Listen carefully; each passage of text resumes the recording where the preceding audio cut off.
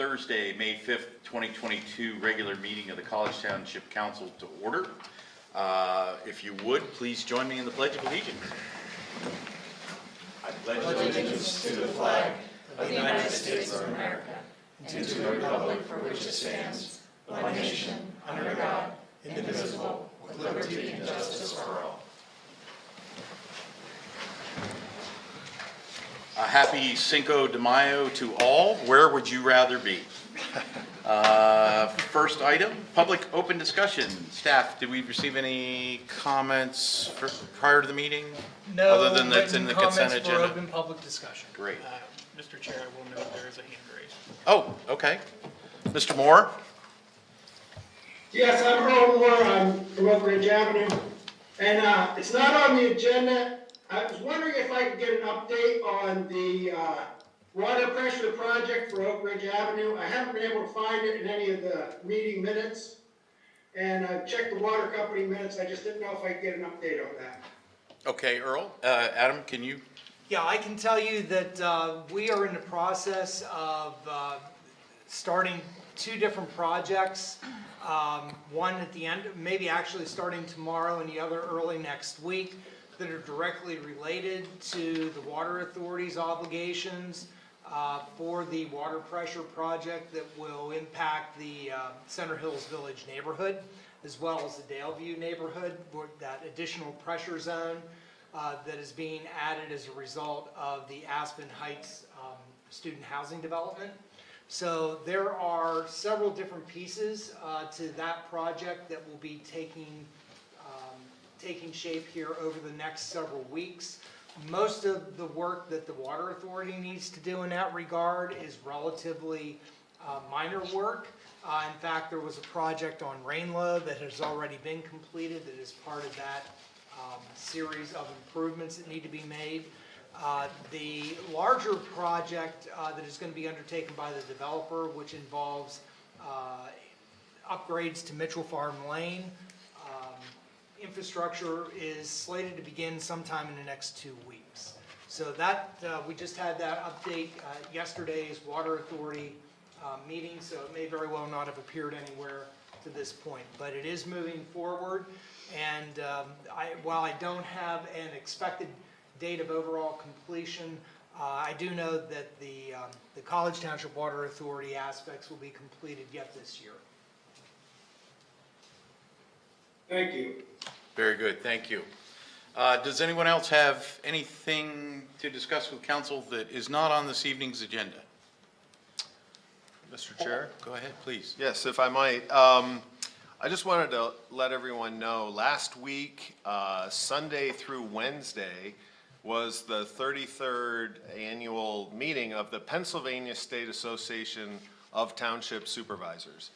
And as part of that regular annual get-together, they give out awards. And this year, the President's Leadership Award was given to our own Adam Brumbaugh. He was recognized in front of his peers and elected officials from across the Commonwealth. It happens to be his 25th year here at the township, and we just really wanted to recognize that these are not given out very well once a year, and it's a very well-deserved honor. I'm sure he would say it represents the entire staff, but it is your leadership that allows that to happen. So I just wanted to publicly recognize Adam's award of the Presidential Leadership. Thank you very much. As you all know, it was quite the surprise. That it was. But very much appreciated. And yeah, to follow up on your comment, it's very true that I have been very blessed to work with some very talented individuals, both members of council as well as staff, over these past 25 years. And so without all of those folks pulling in the same direction, none of what we have been able to accomplish would have been possible. So thank you very much. And kudos to council, because we were able to keep a secret from the manager. Oh, that's not hard. Apparently not. So, The look on your face was awesome. it was. Excellent. I do have, oh, did you I'm go about the next new one? agenda, or do you have something Oh, else that's okay, public? nope, new agenda. New agenda items, does anybody on council have anything to add to this evening's agenda? Yeah, Cat I would like Pro. to add something. So a member of the Asian Pacific Islander Desi American community in the region reached out to me and requested that College Township make a proclamation to recognize Asian Pacific American Heritage Month. That is the month of May. So, I'm not sure, did that make it to the supplemental folder or no? Yeah, Yes. Yes, Yes, it did. Great. Okay, so I would like to see if that could be added to the, So we It's have, already as NB4, right? oh, is it? I We've haven't. anticipated council's approval of the addition and have labeled it in the supplemental as NB4. Oh, look at you, Okay. okay. So no motion is needed? no, there is. Still, I would like to make a motion to Yeah. add that to the Yeah, agenda. it's not, so we have a motion, I will second. we have a second. Any further discussion? Call the question, all those in favor, please say aye. Aye. All those opposed, same sign. Motion carries. And with that, we will assign that to MB4. And just a little heads up, we're going to play a little agenda roulette. We will start this evening's meeting with special presentation SP1, the CNET annual report. However, then we're going to move OB1 up to right after the SP1 because of scheduling. And we're going to flip-flop OB2 and reports. So the order will be SP1, OB1, OB2. I'm sorry, I'm going to put consent agenda ahead of, Reports? yeah, well, beyond that. I'm going to put consent agenda, OB1, OB2, and reports will go in before the new business. Is that clear? If I have your support. So it'll be Can you just- SB1, consent agenda, OB1, OB2, reports, Thank you. new business. So is that agreeable to council? Sounds good. Yes. Agreeable to staff? Excellent. Okay, without further ado, let's go to special presentations, SP1, CNET annual report, Cindy Hahn. Hello, thank you so much. My name is Cynthia Hahn, I'm the Director of CNET. I'm joined tonight by Alex Versaput, the College Township's representative to the CNET Board of Directors. It's a pleasure being with you in person. I placed at your seats this evening a copy of the 2021 CNET Annual Report. It's riveting reading, so I highly recommend it. Before I get started, I just have to say, Mr. Broombaugh, congratulations on the award, and I want you to know that we knew before you did, because we provided some lovely pictures of you taken from still shots to accompany, I think, the application. Awesome. So, or the nomination. so You're very welcome. But we kept it really nice. Your picture may have and I been the did one that. that tipped him off when it was up on the base. So the presentation this evening, my able assistant will move through the slides for you. All right, so some highlights of 2021. Really, as all of you know, hybrid meetings really became the norm in 2021. What did not become the norm was that various boards and commissions did not standardize how they did the hybrid meetings. So there are lots of ways of doing hybrid meetings, and really our various members came up with different solutions that worked for them. We were able to hire a full complement of Penn State interns in the summer of 2021, which was a first since we lost all of our interns in March of 2020. We recorded, let's see, I can't look here, 511 programs in 2021. That was about a 13% increase over 2020. We added Amazon Fire as an over-the-top viewing option. So now we are on Roku, Apple TV, and Amazon Fire. And the Board of Directors approved an update to the CNET strategic plan. So all of that happened in 2021. Next, please. One of the other things that happened in 2021 that was rather significant is we greatly increased the number of regular programs that are currently live streamed on either YouTube or our website. Now, the State College Borough Council meetings are live streamed on our website, cnet1.org, and that really just simply has to do with the location of their meeting room. They are located directly on the other side of the wall from our control room, and so that makes that possible. But all of those other entities are currently being live streamed on YouTube. So there was a big jump in the number of the meetings that we were doing that with in 2021. Next, please. So College Township programming. Last year, 23 council meetings and 20 planning commission meetings for a total of 43 programs in 2021. Next. 72 bulletin board messages, which we value as 1/10 of a program. So those 72 messages convert to an additional 7.2 programs in your program valuation for our formula. Next, please. And if you do all the high math, you'll come up with 50.2 total programs. That is just about 9.5% of all of our programming by all of our members last year. And you can look down for 2020, you were exactly still at 9.5%. So there isn't a great deal of fluctuation in College Township's programming. You're actually really quite consistent. This graph shows you the past 5 years. And you can see there was 1 year that took a little bit of a dip, but basically the other years are right at around the same number of programs each year. And this is really very good for budgeting purposes because your dues are not fluctuating a great deal from year to year. Again, you're being very, very consistent. So if you look at the past 5-year period of time, and that is important because our funding formula is based on a 5-year period of time.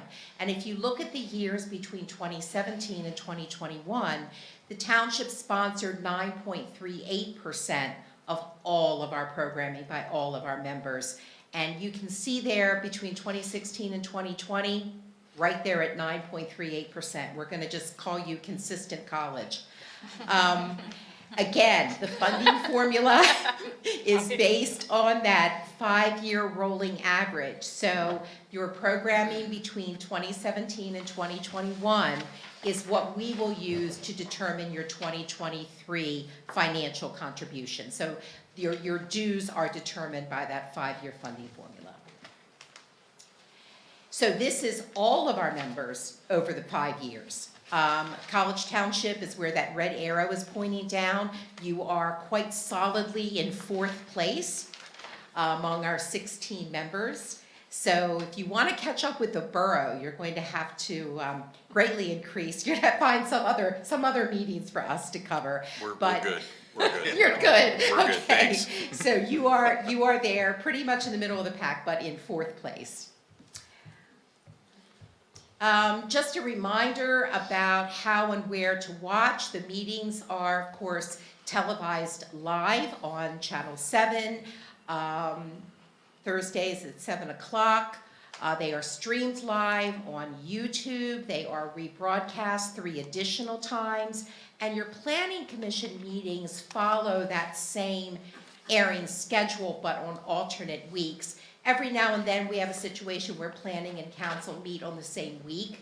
And if that happens, planning is then bumped to the next week and council takes precedence.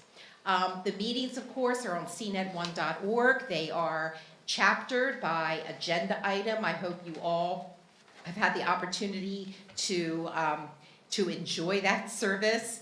And both of our channels, both Channel 7 and 98, are live streamed on our website as well. Next.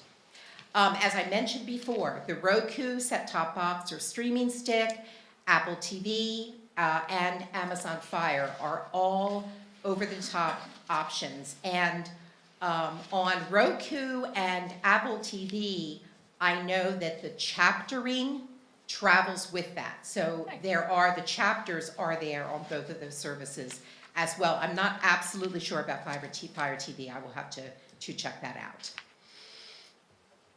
So some online programming data. Now I want to remind you this is online only. As I tell you every year, Comcast, the cable companies, consider television viewing data to be proprietary.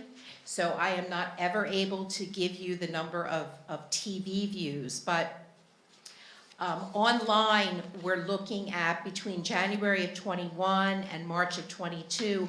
On our website, the council meetings received an average of 87.1 views, and on YouTube, an average of 20.2. Planning Commission is a little less popular. On our website, they're looking at 62.4 views per program. I think the biggest reason why the YouTube views are not as high as cnet1.org is indeed the chaptering. I think that a lot of users find the program on our CNET website to be easier to view because we chapter the agenda items. Again, these are not television views, they are only online views. Next.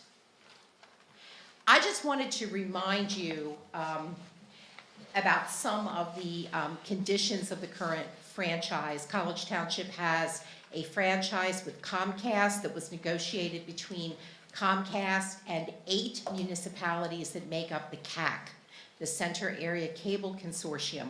All of the municipalities have an identical franchise. They were negotiated cooperatively.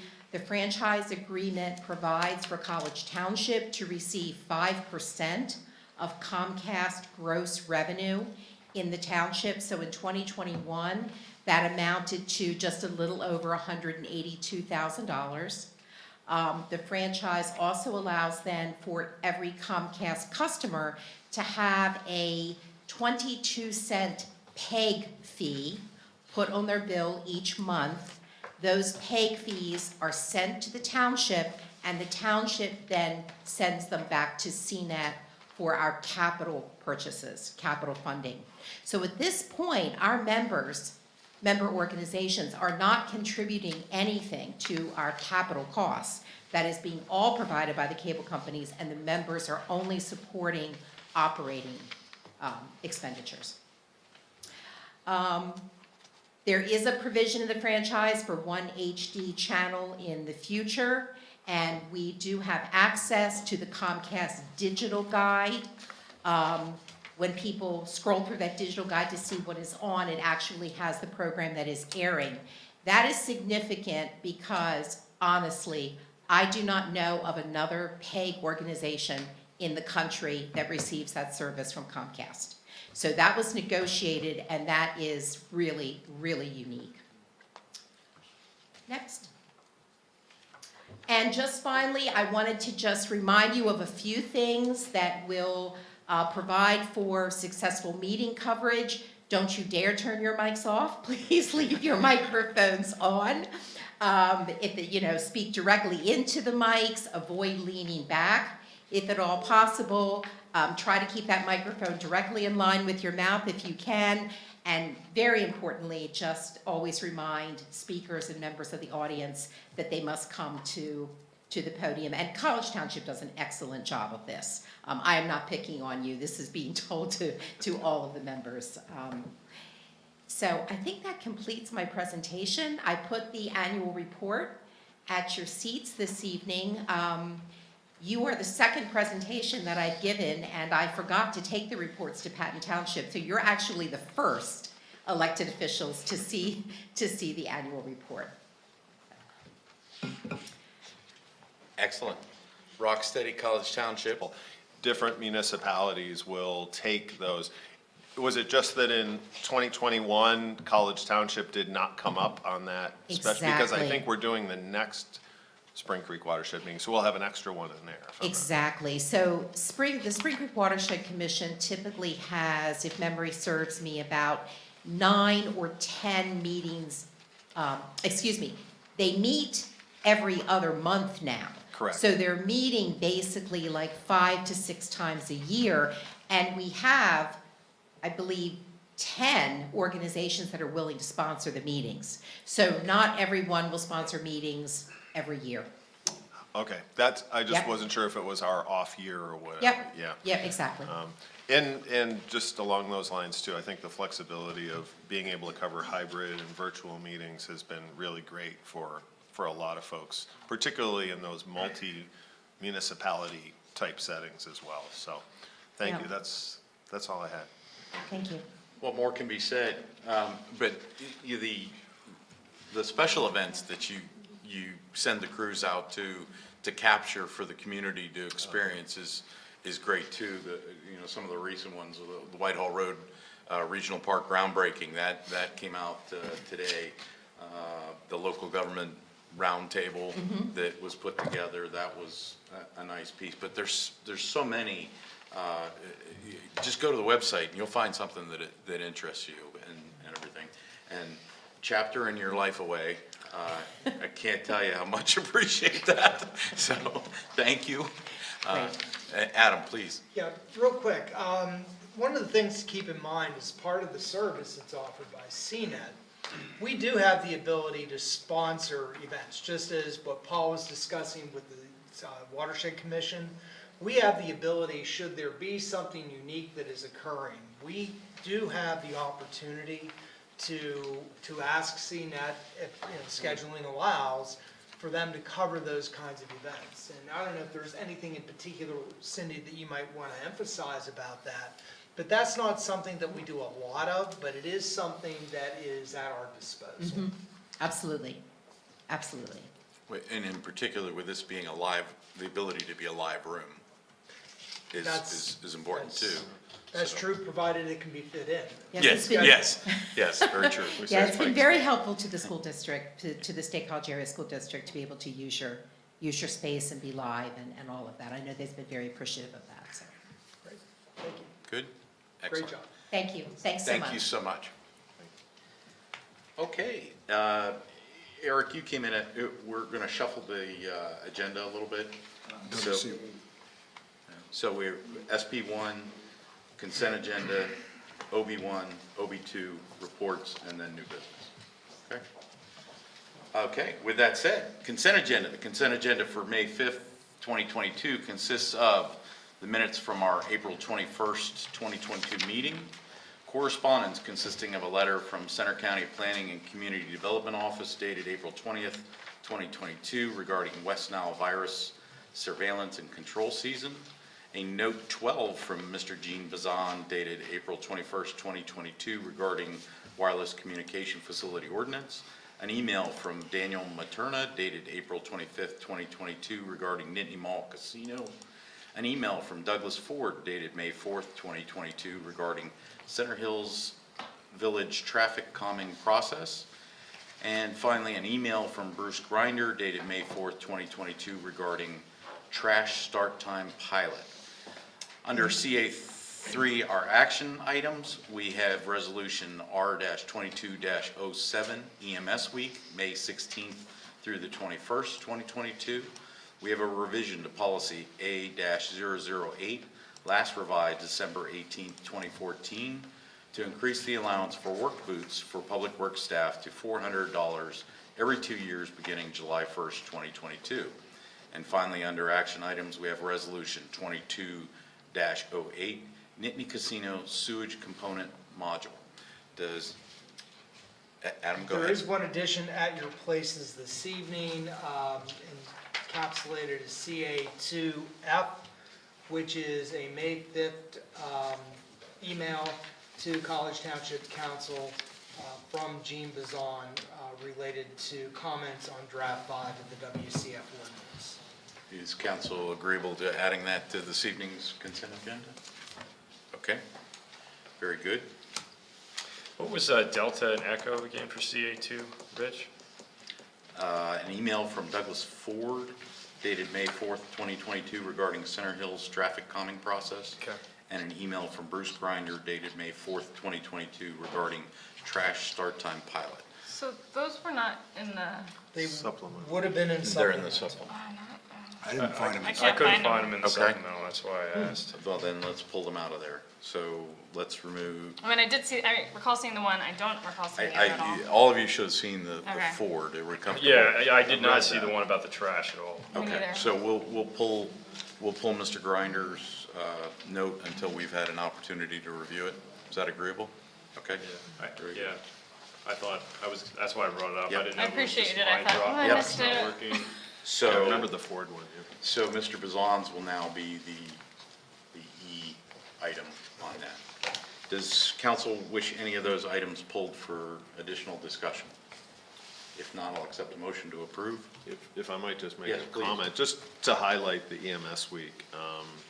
You know, for those that don't know, emergency medical services in the Commonwealth is under a great deal of strain right now, financially and otherwise. So just hat tip to all of the folks who do serve on EMS. I happen to have one in my house, so I'm a little prejudiced on that, but yeah, I just wanted to call that. Excellent. Thank you. And I will make the motion too. Oh, very good. We have a motion. Do we have a second? Second. We have a second.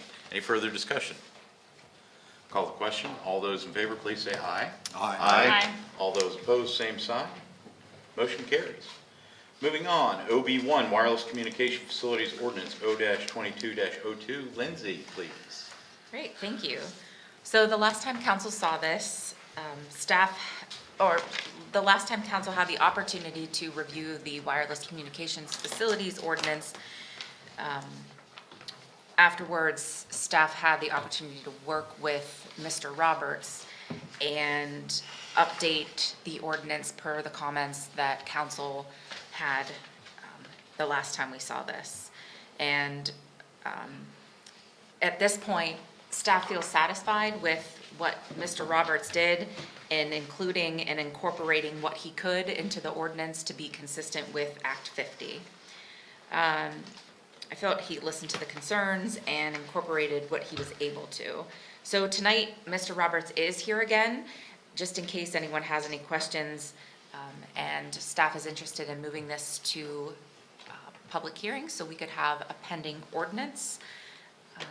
So with that, I'm just going to turn it back over to you, and I'm here to answer any questions, and as I said, Mr. Roberts is also here to answer any questions. Great.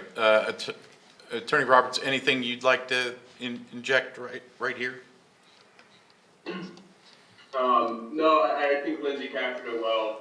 I'll just note that in the drafts, changes to the ordinance are highlighted in yellow.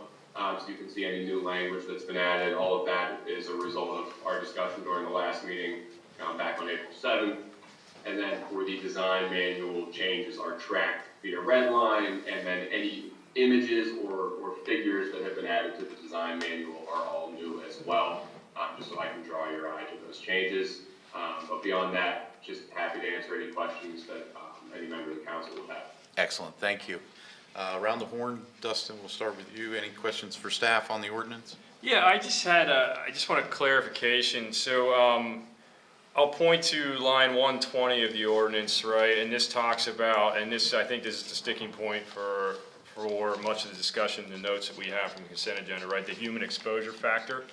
So the wireless communications facility does not result in human exposure to radio frequency radiation in excess of the applicable safety standards specified in 47 of the Code of Federal Regulations, 1.1307B. And that's correct, right? But my question goes to, and I dug into this code a little bit today. Where is Part A applicable? Part A, discusses the applicability for environmental assessment, and we don't talk about that at all, nor do we reference it. Additionally, Part A gets into historical. So there's quite a few, and if you were to look at it, I could actually, I can go down through the parts, but I just don't know if we should have this referenced or not. So yeah, Part A has to do with respect to the facilities may significantly affect the environment and thus require preparation of environmental assessments. The number one under that is facilities that are located in an officially designated wilderness area, facilities that may be located in an officially designated wildlife preserve, facilities that may affect or listed threatened or endangered species or designated critical habitats, etc. Facilities number 4 is facilities that may affect districts, sites, buildings, structures, or objects. 5 is not applicable for us. That's facilities that may affect Indian religious sites. 6, facilities to be located in floodplains. I do believe we have some floodplains in College Township. Facilities whose construction, number 7, will involve significant change in surface features, i.e. or e.g. wetland fill, deforestation, or water diversion. And number 8 out of that is antenna towers or supporting structures that are to be equipped with high-intensity white lights, which will be located in residential neighborhoods. I think we did get into that a little bit about lighting into the ordinance further, but I didn't know if we should be specifically calling out, since we call out B about human exposure, call out A, and really note the fact that we do have some environmental impact areas that in College Township that I think would be probably having to have a FCC environmental assessment before anything ever goes in there. So, I mean, we probably should just be aware of that. Okay? I just wanted to get your opinion on that, Mr. Roberts.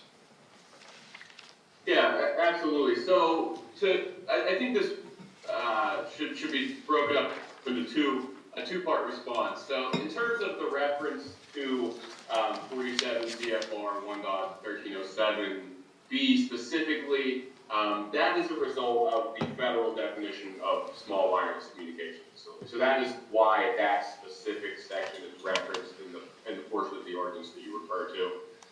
In terms of A, we certainly can add language specifically addressing Part A, but I would point you to standard of care on page 4 of the draft that I have, and forgive me, I don't have the draft that's marked up by line, but it's subsection B1 on page 4 of my draft, which does require any applicable federal regulations.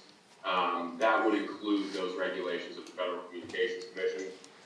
Beyond that, any wireless provider would have to comply with the applicable regulations of the FCC anyway, whether we specifically mention them or not.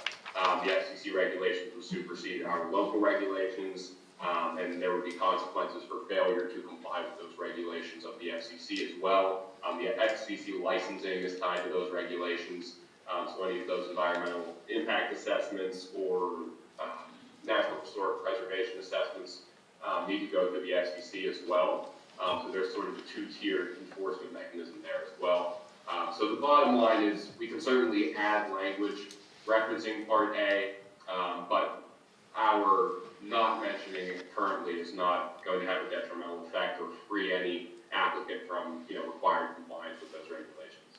Yeah, and thanks for that explanation. And so just to go a little bit further in this and why I'm asking, and I want feedback from everybody, obviously, and why I'm asking about this is take Thompson Woods, for example, take Millbrook Marsh, take Stony Batter even, and if we were not to specifically call these areas out as wildlife preserves or wilderness areas that we consider, would the FCC hold anyone's feet to the fire and say, oh no, you have to do an environmental impact assessment or environmental assessment for that area?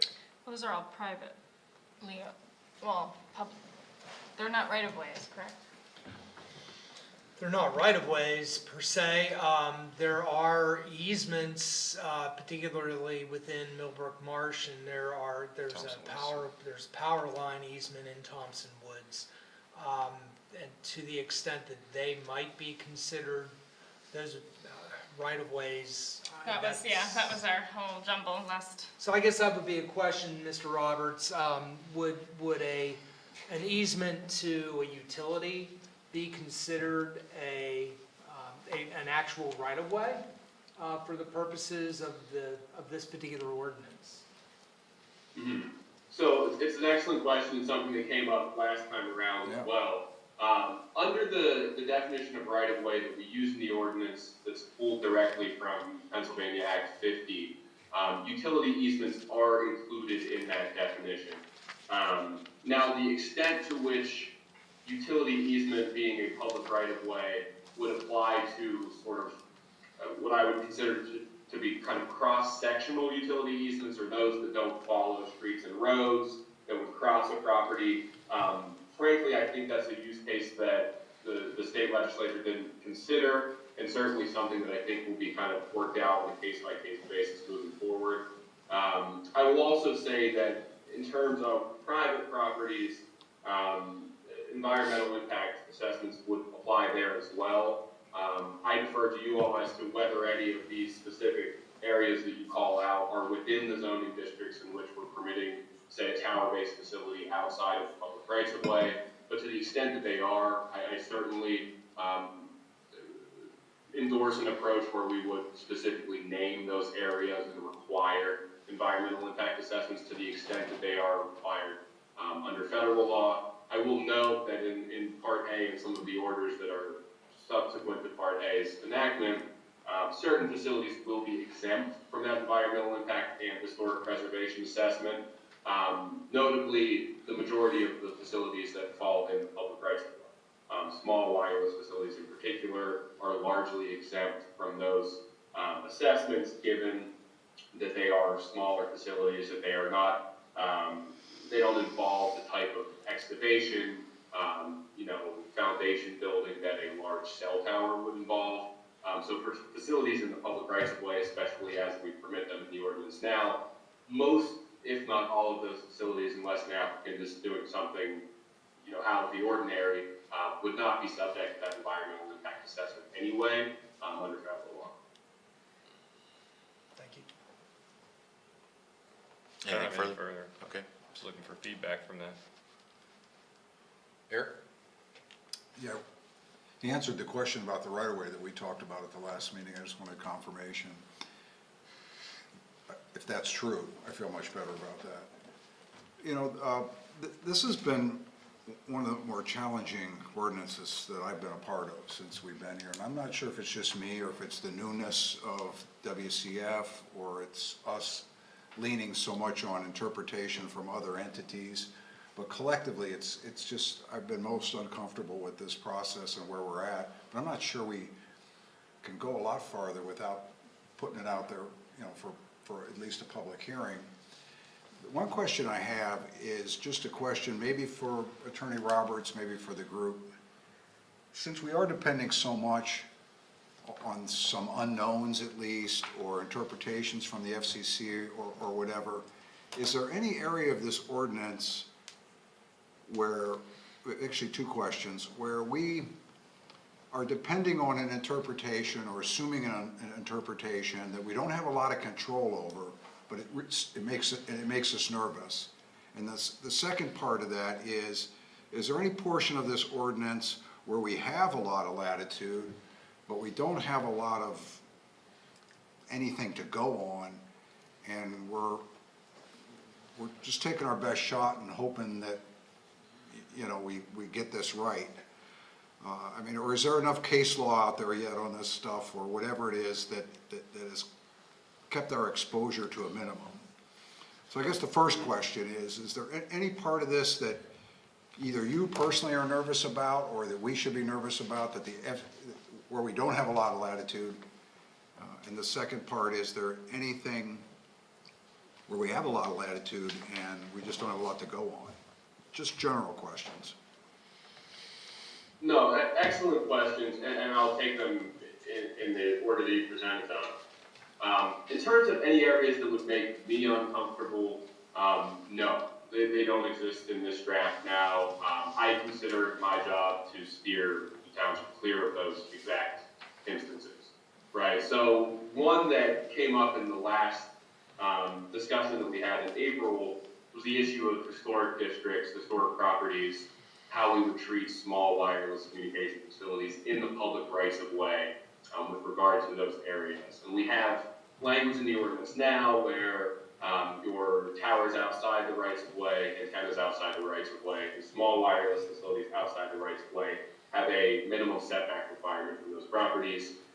We explored, both with myself and with staff, what we could do to address small wireless facilities in the rights of way in a similar way. And ultimately, we came to the conclusion that there was not language that we could add similar to that would not have a likely result of putting the township in legal jeopardy.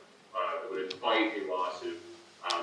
The way I interpret the majority of these ordinances, or the majority of the language that we see, is will this invite a lawsuit? Because in this industry and in this regulatory landscape, there's not much of a question of is this something that will get us sued? It is when will this get us sued? That's how I should have just asked the question.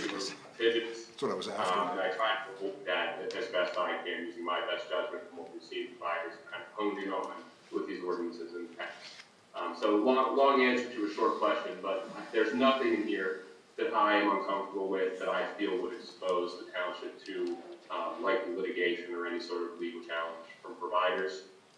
As to areas that we have maybe more latitude without guideposts, again, not an area, there's nothing in here now that I feel would fall into that category. I will say, generally speaking, your macro towers outside the rights of way and your antennas outside the rights of way, we do have a considerable degree of regulatory control over those facilities. I know that our work has been focused on small wireless facilities in this amendment, but those are areas where the township should be comfortable kind of wielding its power over those facilities if there are any instances or issues that arise in that context. For small wireless communication facilities, I've aimed to set up pretty clear guardrails and the things that we can do and cannot do. And we're pretty comfortable at this point after almost 4 years of the FCC order relating these facilities and going on a year of Act 50. Are you pretty comfortable with what we can and can't do here? The design manual generally is an area, again, I know I stressed this last time around as well, that is the area really where the township would have the greatest degree of control, where your preferences can be expressed, I think, most accurately and most effectively. It's also the portion of this regulation that is most flexible and I think will be your best kind of tool in your toolkit moving forward. What I will say about wireless facilities regulation generally is that it's not a one-time issue. It's not something where you put an ordinance in place or you put regulations in place and you forget about it for 20 years, as some of these issues can be. It's something that I think the township's regulations will grow and change as you become more experienced with these deployments. And that's why we set that design manual up the way we do. It's why we pull it out of the code. We allow for a more flexible amending of that document. So to the extent that issues will arise, preferences will change, I certainly encourage you to address that through the design manual. Again, long answer to a short question. You'll find there aren't many short answers in this field, but I hope that gives you a bit more insight into those issues. Yeah, thanks. You answered the question I should have just asked that way to start with. And I appreciate the long answer because the questions were as much for anybody in the audience who's listening to this kind of as a precursor to a potential public hearing on this ordinance. So thank you. Anything else? Good. Paul? Actually, yeah, two things, and I'm going to take them in reverse order because you spoke about the flexibility that's in the design manual. So zeroing in on ours a little bit, I was a little confused as to what our requirements were, whether they be ground mounted or pole mounted, and it looked like the examples that we had pictures of were all ground mounted because they were all sort of wrapped around the pole, but we give like 28 cubic feet, which is a fairly significant above ground apparatus to it, if I'm reading this right. Could you walk me through the elements of that design manual? Or that section? I can point you to, it's the section immediately preceding line 320, which is where the dimensions come in. So it's, Yeah, so Forgive me again, as I don't have line numbering in my draft. Would that be related to equipment standards? Is that what you're referring to?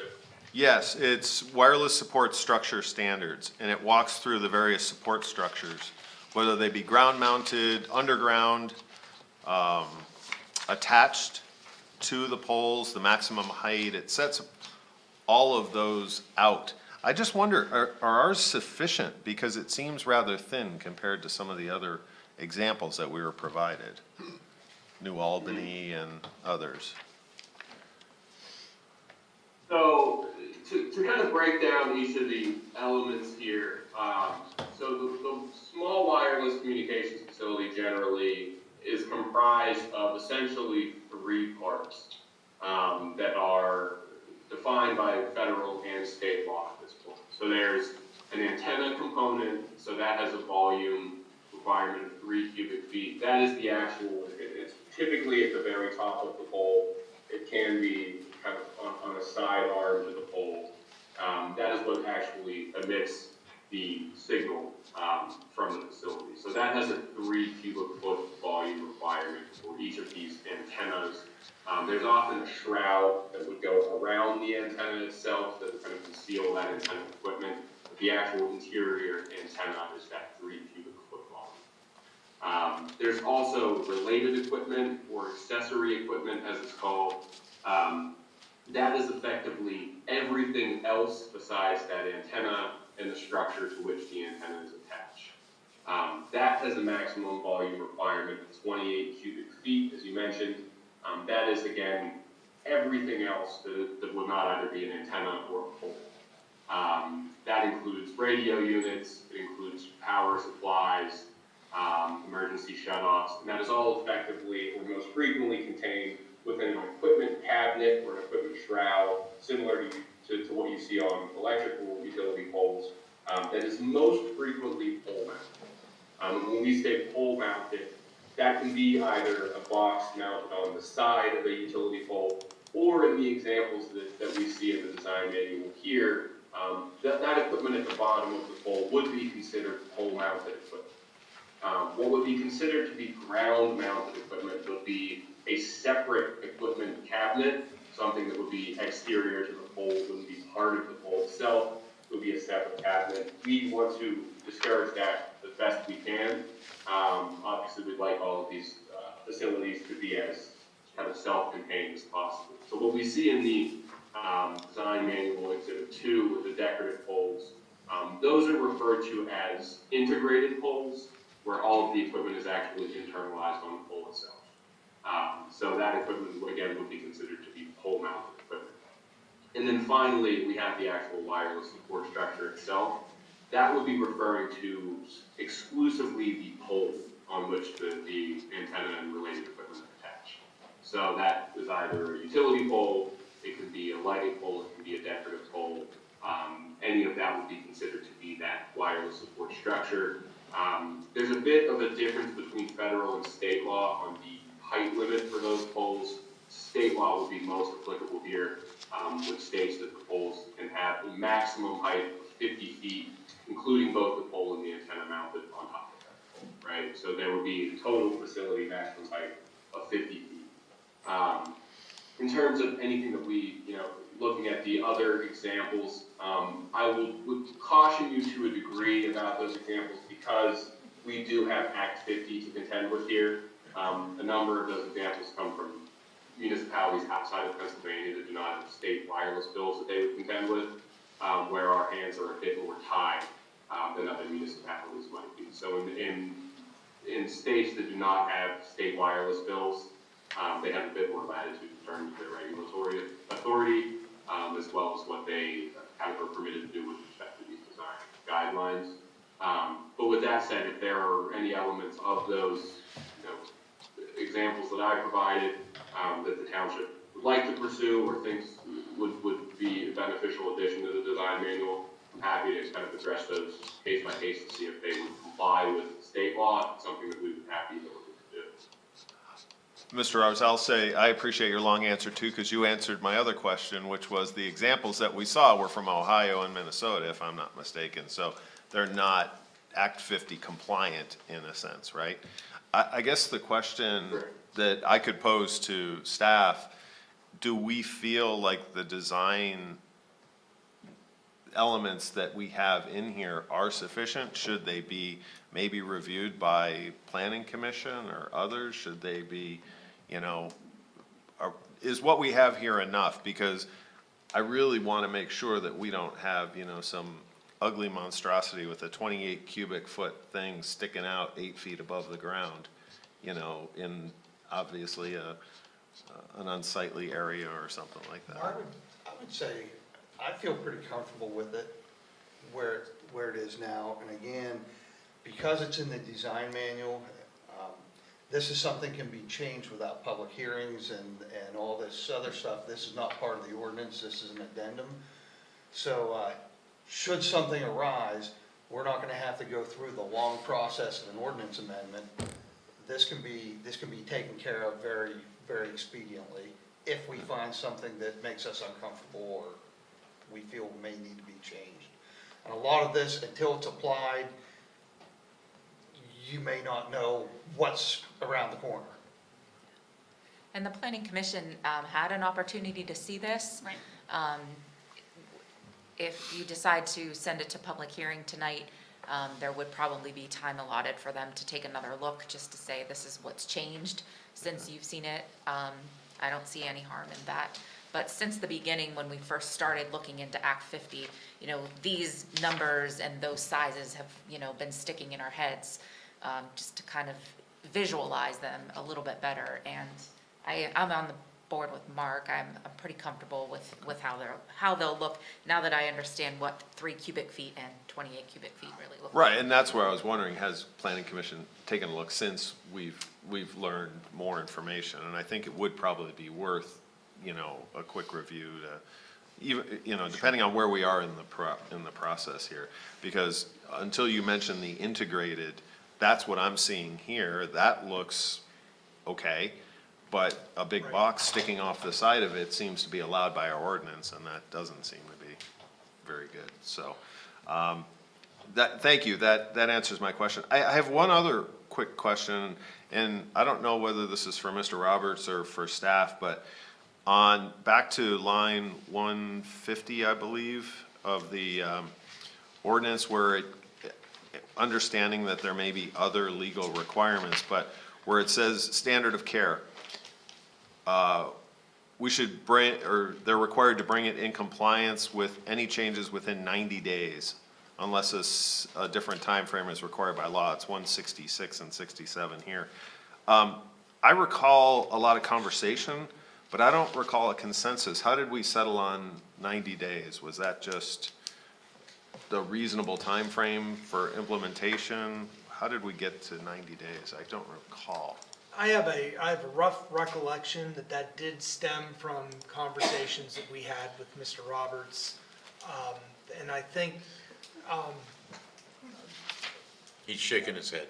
okay, all right, very good. Yeah, I was gonna ask him, Michael, if that's generally an accepted timeframe for some of these types of situations, is that correct? So, That's my understanding. and just to reiterate what I said last time around as well, I would be genuinely baffled if there was not a prescribed time frame with any change in law or regulation that we would see. 90 days is typical for this type of requirement where, you know, some issue arises and there's a time frame given to bring these things into compliance. But for a change in law, I mean, typically that's going to come from the FCC, or it's going to come from the federal legislature. They will impose a time frame. There will be an effective date. There will be a time frame for compliance with any of those changes. This is really essentially a safeguard for ourselves in the event that in some, again, abnormal instance where a time frame is not prescribed, we would have some enforcement mechanism here versus just saying, you know, you have to bring it into compliance, and that, you know, gives a 5-year potential time frame for bringing it into compliance. So in terms of how we reached it last time around, it was just kind of a back and forth discussion. I think we had 30, we had 180, we kind of met in the middle on 90. But again, I would be very, very surprised if there were any change in law that did not impose a timeframe for performance. Yeah. I'm not uncomfortable with it, I didn't recall how we got there, I wanted to make sure we were all comfortable with it. That's all I had. Thank you. Excellent. Carla? Yeah, thanks. This has been a long review, and I would say to your comment, Eric, I completely agree. This is so uncomfortable, but I would also say that the state has put us in this position, and that's why it's so uncomfortable, because I can't think of anything else where they're just making these quick blanket removals of our areas that we should have control over, right? So it is uncomfortable. I am uncomfortable with the ordinance, but I think it's as good as we're gonna get it in the time that we really need to get it on the books. I want to get it to public hearing to give the public an opportunity to speak on it. I don't want to send it back to Planning Commission personally, just because they've had a chance to look at it. I think their comments were extremely minimal at the time. And then I also love the fact that so much of it is in that design manual. I mean, I've had comments about that in the past, but I've come to grips with that's where we are. So just with how much control that a zoning officer, an ordinance or zoning officer has over that. But I get that that's where we are. So, but then the fact that it's not in the ordinance itself does mean that we could put this to public hearing and maybe simultaneously send the design manual. Is that what you were talking about? Yeah, I was not talking about slowing this down. Okay. I was making sure we didn't have to slow it down. That Great, was what I was- great. Yeah, there are pieces, sorry, I'm jumping all over the place. There are pieces of the samples that are great, but we don't, like, I love the review time map that they have, but we don't really have a whole lot of time to play with this Act 50 stuff. They've really cut a lot of our control areas down. I would be remiss if I didn't speak to Mr. Bazan's comments and the work that he's put into this ordinance. I do hope personally to spend more time. I want to move this to public hearing right now. I think he has a complete paradigm shift as to how to handle these things. It's turning it on its head. It's very interesting. I just don't think that we have the tools and the capability to install that into our ordinance and the way that we're running the township at this time. I do hope to dig into it more and see what we can, if we can work into the ordinance as we can, or into the design manual at this point. And I also just appreciate Attorney Roberts giving us these long explanations and helping us wrap our heads around it, and I really appreciate you all digging into this, because it's really important that I know it's thick, I know it's state legislation that's thrown on us, I know it's super cumbersome, but if we don't even understand what we're passing, then we're not doing the right thing. And I think that you all have really sunk your teeth into it, and so I just really appreciate that we're there at this point, which again is what makes me feel comfortable about potentially moving it forward to public hearing. Excellent. Is that? Yeah, that's Good. it. Eric, you're absolutely right, and to Carla's point, not only do we have the state laws, we have the federal laws. Yeah. That we're fighting upstream, and we've set out throughout this, where we see that we have leeway, we will exercise it and everything. But to Dr. Bazan's help throughout this process, and he's made it a better ordinance, for sure.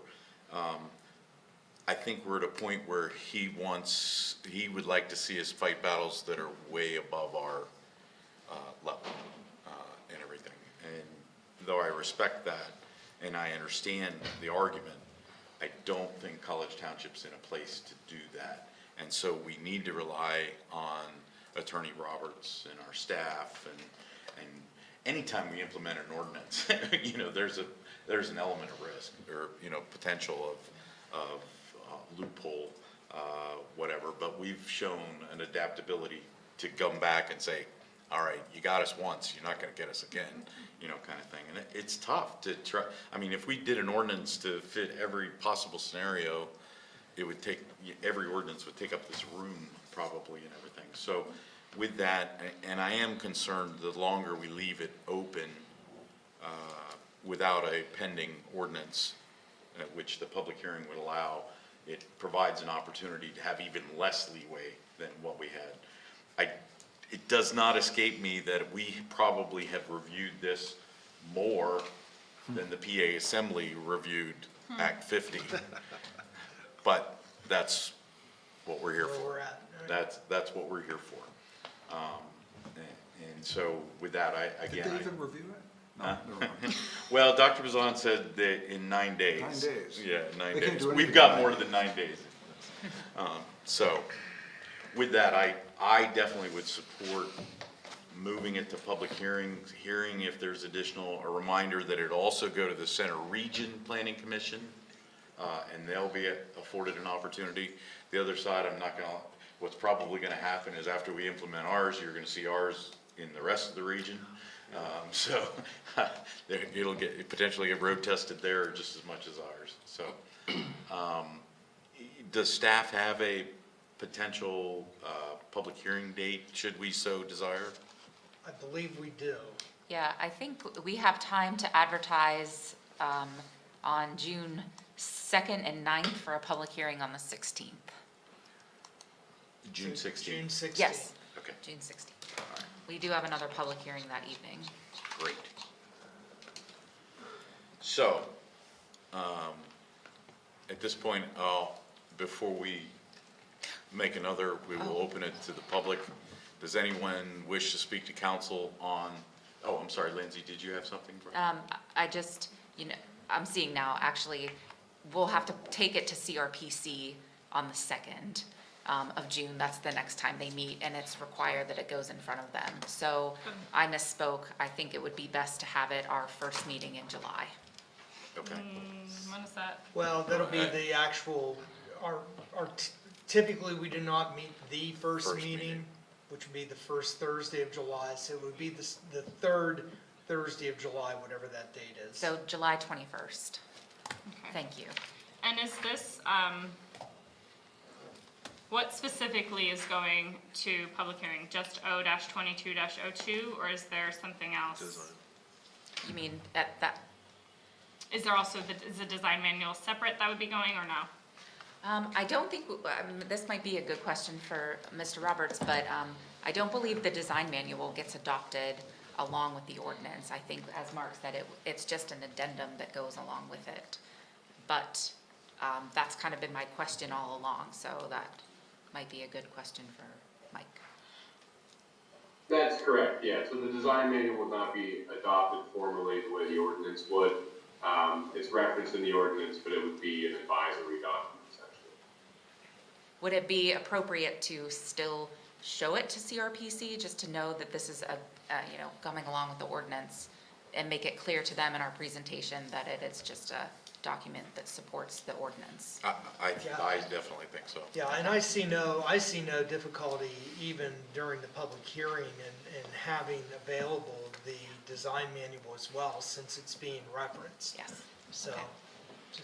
just as long as we understand that it is an advisory document, and it's not technically being adopted per se. Okay. Right. And then I guess adopt the manual at a separate business item at that meeting, if you in fact adopt the ordinance, so it's in play. Yeah, I think we can probably take care of that, Yeah. just through our regular business. I think that, so it'd be kind of an A and a B type situation. Okay, if we want to talk about this more, we could probably still be here at midnight, or I would accept a motion to send ordinance O-22-02 to a public hearing on July 21st. So moved. I have a motion, Second. I have a second. Any further discussion? I'd like. Go ahead. If I could, before we vote or before we take public Yep. comment, to your comment about Dr. Bazan's comments, see, I don't see those as exclusive necessarily. I think some of the things he referenced could be pursued and could conceivably end up forcing changes to the ordinance. But I think to not have an ordinance in place, you know, while those battles are being fought would be irresponsible of us. Yes. And I think that's what you were saying. I just Yes. wanted to make it pretty clear that it's not that we necessarily don't think that any of this is true. The reality of it is we've got to have an ordinance to protect ourselves. And somebody can, you know, if these battles get fought and changes are made, we'll adopt accordingly. Is I think what I heard you say. That's correct. Okay. I was saying that some of these fighting the state legislature, fighting the FCC, fighting that is probably battles we'll support, but. But we can't hold the ordinance at Exactly. bay while that happens. Right. We got to take our best shot now. Right. Like anything, we do the best we can with as much information as we have at that moment, and then, you know, more information comes forward, we adjust accordingly, so. Okay, anything else? If not, I'll call the question. All those in favor? Go ahead. Comment Public for the vote? I did ask. Okay. And then you came back in, but I will ask again. Anyone else have anything that they wish to speak to council on before we take this vote? Very good. Call the question. All those in favor, please say aye. Aye. All those opposed, same sign. Motion carries. Thank you very much. Thank you. Yeah. Thank you, Mr. Roberts. Thank you. Thanks for hanging tough with us, Attorney Roberts. Thank you all. And Mr. Bazan. Gene, this is probably the least you've said at any meeting in recent history. He must,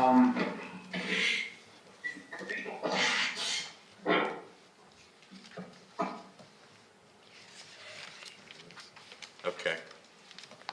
Yeah. Anything you wanted to say, Dr. Bazan? Can you hear me? Yes, we can. No, I think I said everything I want to say in my previous 13 notes. I guess we all have to move ahead in some way. I thank you for your kind compliments. Oh, well, we thank you for your assistance in making a better ordinance. And we'll continue, as Eric indicated, as these come forward, we'll continue to adjust as needed. Very good. Continuing on in the agenda, OB2, LTAC, Center Hills Village. Don, Mr. Franson. Thank you, Mr. Chair. As you see in my memo, back on March 30th, 2022, LTAC had a meeting, and at that meeting, they voted to authorize the township's traffic engineer to prepare a scope of work and price proposal for a phased approach to the traffic control at the Center Hills Village. The way that it's set up, the first phase is to be placement of speed humps, and the second phase would be pinch points. Members of the LTAC and the Neighborhood Traffic Calming Committee agreed that this approach was the best starting point. There's some other points of discussion and agreement. Basically, we're saying traffic counts are to be taken between phases, and before this first phase, they did get counts here 2 weeks ago before the students got out, so we have a new base. Second thing was traffic calming. You know, what's a success? When do we think we've accomplished what we're trying to do? And basically what we're saying is when we can get those levels of cut-through traffic below the thresholds that our traffic calming plan requires us to look at, traffic calming. And that's not cut in stone, but it seems like that's a good starting point to take a look at. And thirdly is basically is if the first two phases don't work, we may have to look at the future phases. So that's where we are on this. Trans Associates did give us a engineering estimate, and basically what we're looking at is they gave us an estimate that for phase one that included design and construction consultation, and that's $9,920. And they gave us for phase two just the design phase, and that was an additional $6,920, making the total there $16,840. So LTAC right now is requesting the College Township Council approve the engineering study and price proposal submitted by Trans in the amount of the $16,840 for the performance of phase one design and construction consultation and phase two design. Excellent. I think Eric, we'll start with you. Any questions for staff? Yeah, two. Going backwards, just out of curiosity, if we're getting design and what would we call it, project management? Yes, this would be some inspection, construction consultation. Are these by any chance things that we could do with our own staff? Or are we looking to contract with someone? Well, the design phase, I would. No, I mean, what would be left besides the design and the project management? Or is this something that we'll be putting out for bid, then the construction work? I don't, this would be them preparing the bid documents. No, I'm not asking this right. When this is all done, do we send our public works crew out to construct these? Oh, no, I would put Okay. this out to bid. I thought that was the sorry. answer. I did And not understand. for my own clarification here, just so everybody has good context, bullet point number 2, which is under other points of discussion and agreement, traffic calming will be considered a success when the cut-through volume counts no longer meet the minimum volumes required to trigger traffic calming measures per our traffic calming guide. If we were to use either pre-COVID numbers or what we got before the students left, would we be triggering them right now? Oh, no, the accounts we have now trigger. Okay, the study. so what We're way above that. Right, so what we're looking at here if we were to agree to that, is to be significantly reducing it, not just mitigating the new traffic, but significantly reducing it or gauging the success on there being a significant reduction from current, Right. which is Correct, yes. pre-building. Mhm, yep. Okay, so this is, in some ways, similar to the water. Through that plan, we didn't just accept no further degradation of the water service, but put in place a plan that would actually improve the water service. So in a general sense, that's what we're targeting then with bullet Yes. point number 2. Okay, thanks. Good. Paul? Thank you. 2 questions. One is, recently there were data collection happening on both. Did we find anything Yeah, we'll pull that up right different now. on that? It's- That would be helpful to know, just to give us context. Yeah, actually, the counts were, in one instance, greatly reduced from the 2021 counts, and I've talked with Nick Schaefer about that. It's like what possibly could have resulted in that. And just a little bit of history, and this was done on April 6th and 7th in 2021 and 2022, so it was the same days, but in 2021, the weather was in the 70s and there was rain on one day. In 2022, the weather was in the 50s and it rained both days. So, that may have had a little impact on it, but what we were looking for, was there some kind of event taking place on either one of these traffic counts, and the answer is no. And we sort of talked, is it people not wanting to go buy the new construction that's going on? I really can't believe that's impacting it much. What else could it be? Was it Aldi is now in and people aren't going to Giant? I don't believe that's the answer either. But there's a significant difference, and my recommendation would be we maybe pull another count in the fall after the students are back and just see what went different there. I mean, there's a couple counts that are almost dead on. Now, if you look at the speed, average speeds, or I should say the 85th percentile speeds, those numbers stayed pretty solid. You know, one didn't change at all, one's up +2, one's down -1, and the last one's 0 again. So the speeds haven't changed much. I can't remember, somebody had sent me an email and they were wondering if perhaps the police enforcement that is now going on has had a difference. And just coming back at lunchtime 2 days ago, and I saw someone pulled over, and somebody made a note in one of the emails I got that they've seen significant police presence, getting people mainly for the rolling stops at the stop signs. So I don't know that they're catching people for speed. I think it's just non-stopping at the stop signs. What's the minimum threshold number? The minimum threshold number is 40% of the total traffic in 1 hour in one direction being cut through.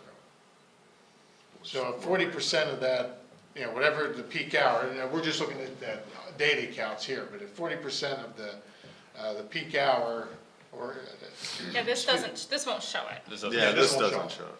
yeah. But we're And the other still one in is excess. 100 trips in one direction over 1 hour. There's two different triggers there. And we're over that now, Yes. and we have been over that Yeah. threshold. And to your point about the police enforcement, they have been there almost every day, and I've heard from the neighbors that they're doing a really good job, but they do sit right at the corner of Squirrel and Oak Ridge. What? No, that's okay, it's fine, because people are stopping, which is a good thing. Yeah, thank you for, I'm sorry? That may be a big impact. Yeah, I don't know if it's cutting down on the volume. It may be cutting down perhaps on the speed, because they might expect to see somebody there, but we're not really seeing that, so that's where I would expect it. I just wanted to ask real quick about the task schedule and the timeframes here. It looks like phase 1 and phase 2 are happening successively, not concurrently. Correct. And is that a requirement of the engineering design, or? Well, I think that is so that we can, between those two phases, get a new gauge on what did that do. Did the speed humps actually have any impact, or was it negligible? So we would do, I mean, as far as design goes, you know, perhaps the design could be concurrent. We're gonna know where the pinch points are, and at the same time, they could say, here's where the speed humps are, and at the same time, they could say, here's where the pinch points are. But as far as actually constructing, we would want to separate those so we can feel for, you know, what kind of impact that is having. Okay, yeah, so that highlights where my confusion's coming from. It's, Okay. I thought we were looking at design timeframe, not design and implementation timeframe. So that 10 weeks, is that before we can do anything, or because we have to go out to bid and we have to do all that piece too? Well, I just wonder if you could just comment on the timeframe. I guess I could have him clarify that. He's saying phase 1 design, it's gonna take them 3 weeks to go out and just determine where they're gonna put the speed humps. At the same time, they could be doing the pinch points, but it may be, rather than that total 6 weeks, it may be only 4 weeks. So doing the design concurrently, I think it will make that design a little bit longer, but it may not be the total 6 weeks that you're seeing there. Yeah, I just, And it may. I did not ask him to clarify that. What do you think then, Or, excuse me, 7 weeks. what are you getting at? I just don't want to miss the window of opportunity to get something done as soon as possible. If Yeah, we're just, the goal is to get it. yeah, I want something to in move place as soon forward as possible. quickly as So possible. focus on phase 1, you're saying Right. fully first, and implementation, and then maybe, And then move to phase 2, because we're going to have to wait some period of time to see whether phase 1 had any meaningful impact. Yeah, and if we- So that's the phasing, So, and if we could get phase 1 done during the summer, yes. we're gonna be waiting until the students come back. But I will add that he's saying, phase 1, design 3 weeks. Let's look at as though we're just doing phase 1. Design 3 weeks, we then go through bidding, which would be another 3 to 4 weeks. You award, and then you have another 3 to 4 weeks, we'll call it 3 weeks, before you can actually issue a notice to proceed, because once they get the project awarded, they got to get us their bonds and insurance. This type of project shouldn't have any items in it that have large lead times. Right now, if there's stormwater, certain types of pipe, certain types of concrete, you have these long lead times, you have months.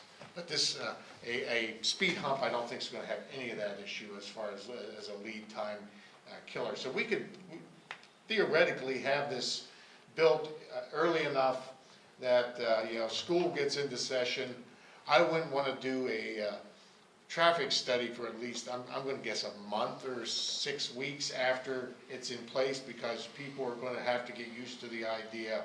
I know with me, I would drive through there and then next day go again and say, darn it, I want to go It's the still other there. way. Yeah, Yeah. It would take me a while to remember to go a different route, so. Hey, Don, is your time frame including the time it will take to send this out for the neighborhood?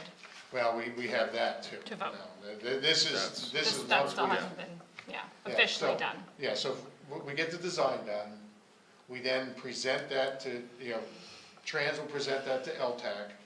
LTAC may request modifications, so, Trans has 2 meetings with LTAC built into their proposal. So if there are some changes requested after the first submission, it's possible it'll go back for another couple weeks.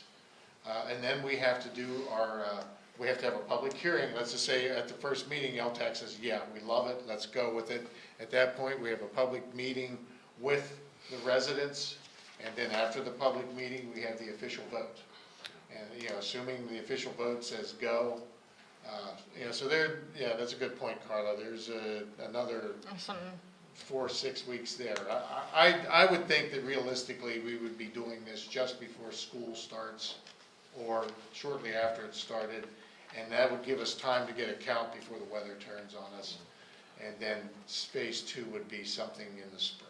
Yeah, I just didn't want to lose our window of opportunity, Yeah, I agree. because it will close pretty quickly once the weather turns bad after that. So anything we can do to expedite that schedule, I think would be great. But thank you, that's all I had. Along with potential, measuring the potential impact or success or whatever, you also have to be looking for unintended consequences. Sure.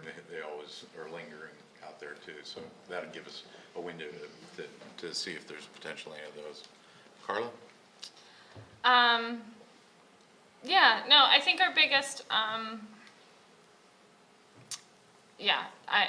agree with everything that's been said. I just did want to throw out there too that the fact that we're attempting a phased approach with LTAC is new, so, and is not explicitly spelled out in the LTAC manual, like many of the other processes are.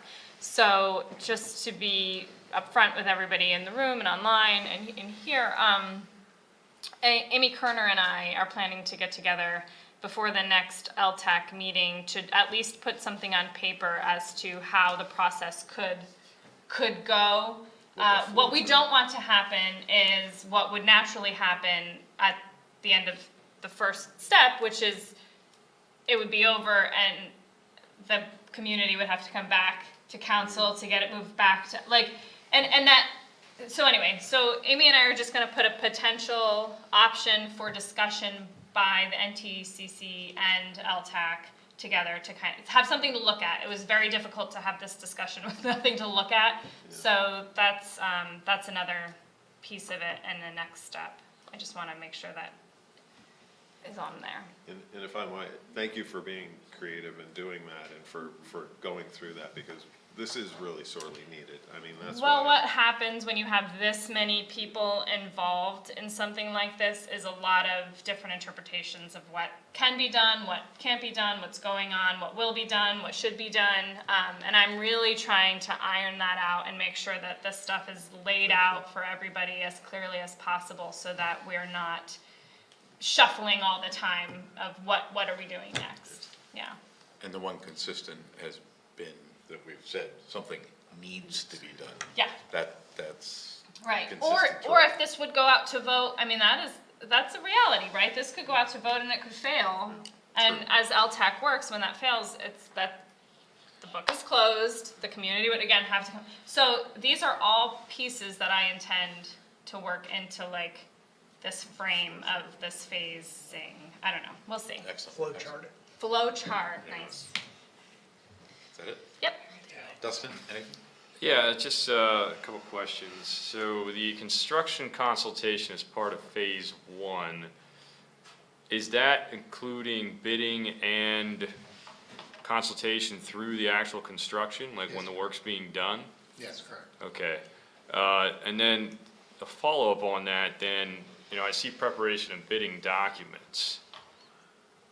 Is that only for phase 1, or are they also gonna prepare bidding documents for phase 2 if At this needed? time, what they're showing would be just for phase 1. Okay. Now, phase 2, a lot of that would be boilerplate created, and it wouldn't be a lot of different, but the specs section would be something much different, obviously, because now we're doing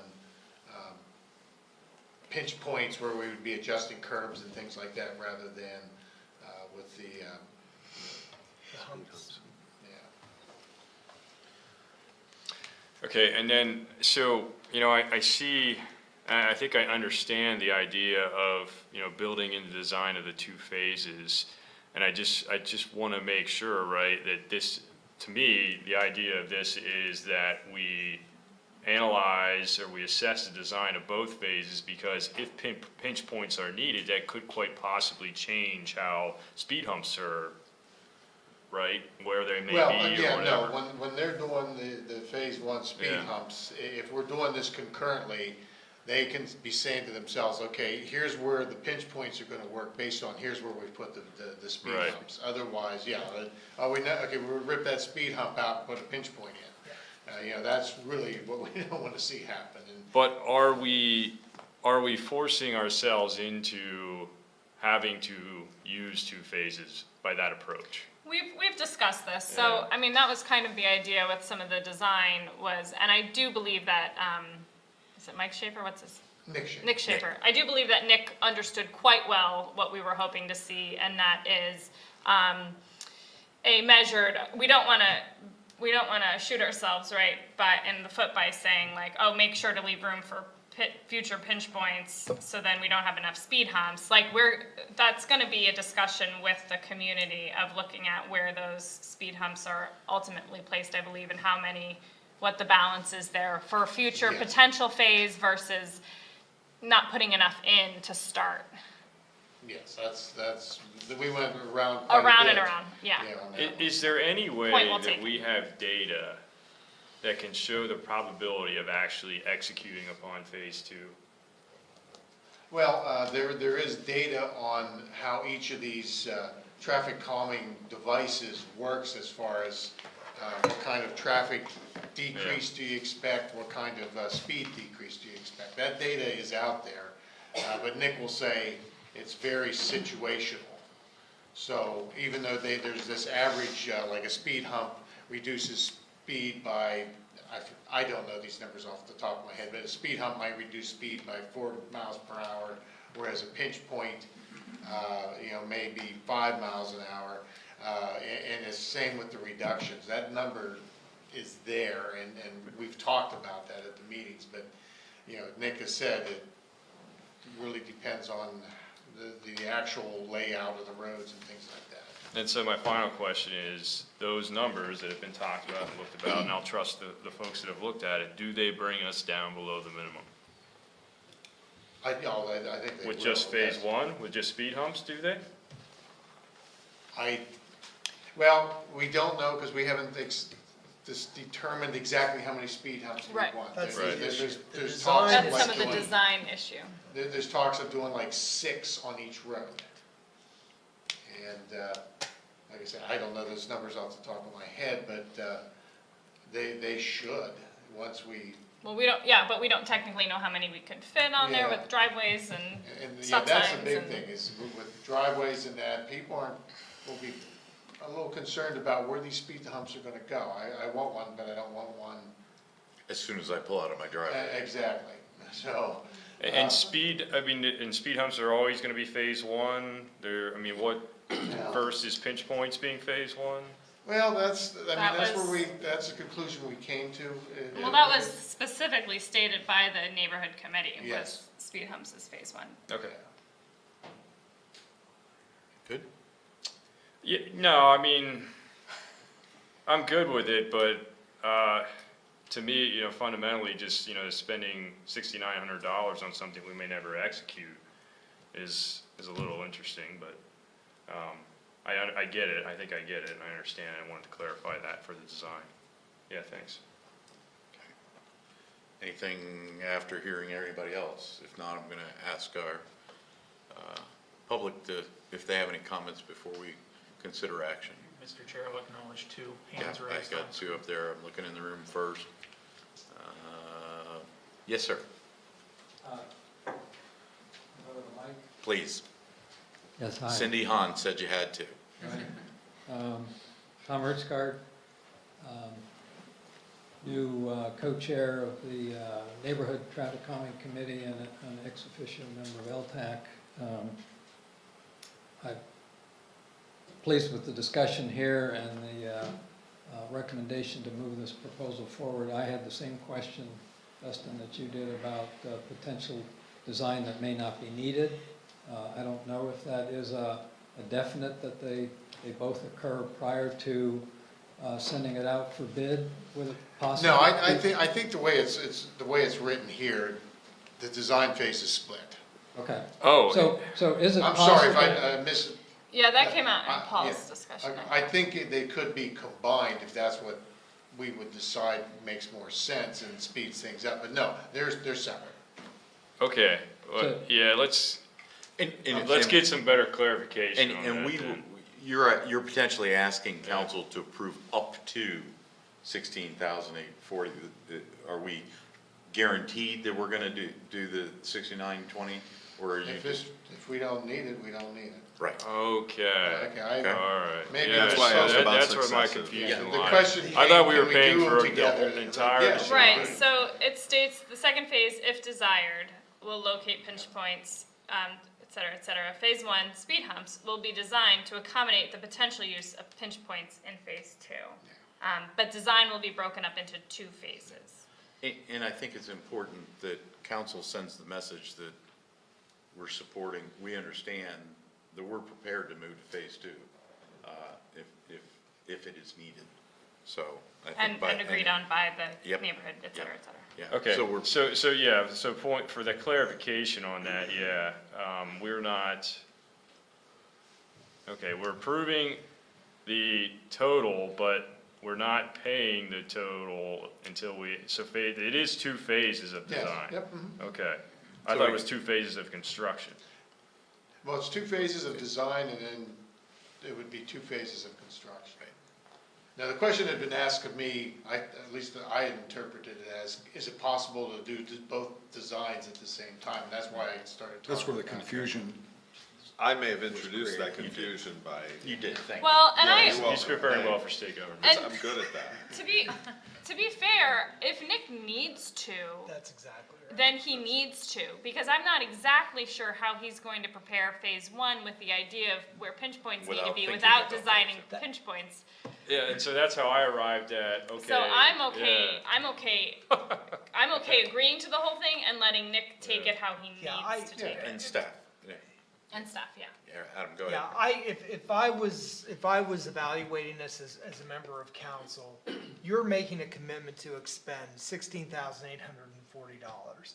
And it's going to be up to the transportation engineer, who in this case is the design professional, to determine exactly what he needs to expend. In order for him to simply do speed humps, we know that's the $9,920.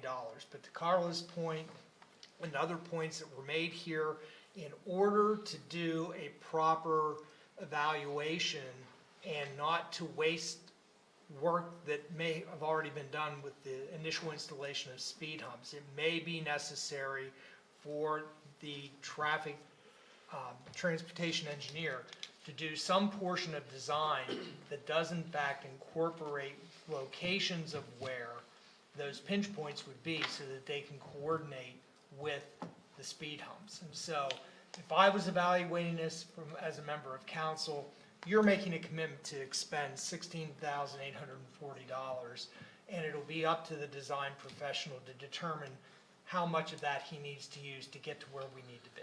I might tweak that a little bit. I think council would be approving not to exceed Thank you. 16,840. If we don't need to spend that much, we won't.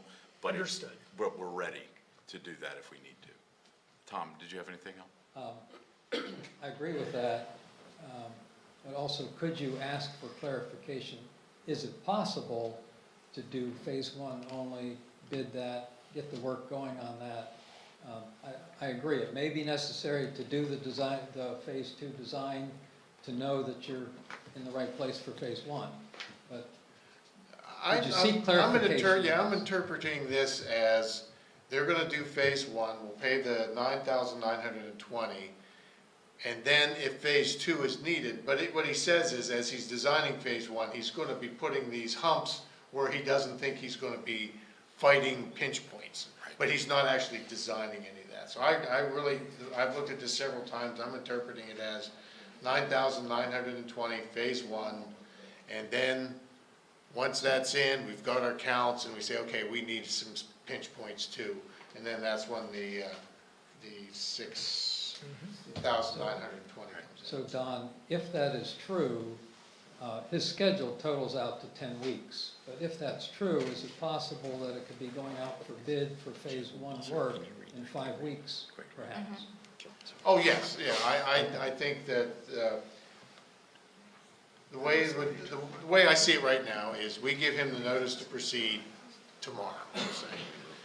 And within 3 weeks, he's gonna have a design for us. We gotta take that to LTAC. LTAC can review it. If the decision's made, yes, we like that, then at that point, we then have the public meeting. And after the public meeting, if we go to the vote, and if the vote says yes, we then go into construction for phase one. Well, you go to the bidding, Well, yeah, bidding and then and then. council will bidding. approve the award. Yeah. or Wouldn't it be the nice if the construction flow chart is- were right in front of us?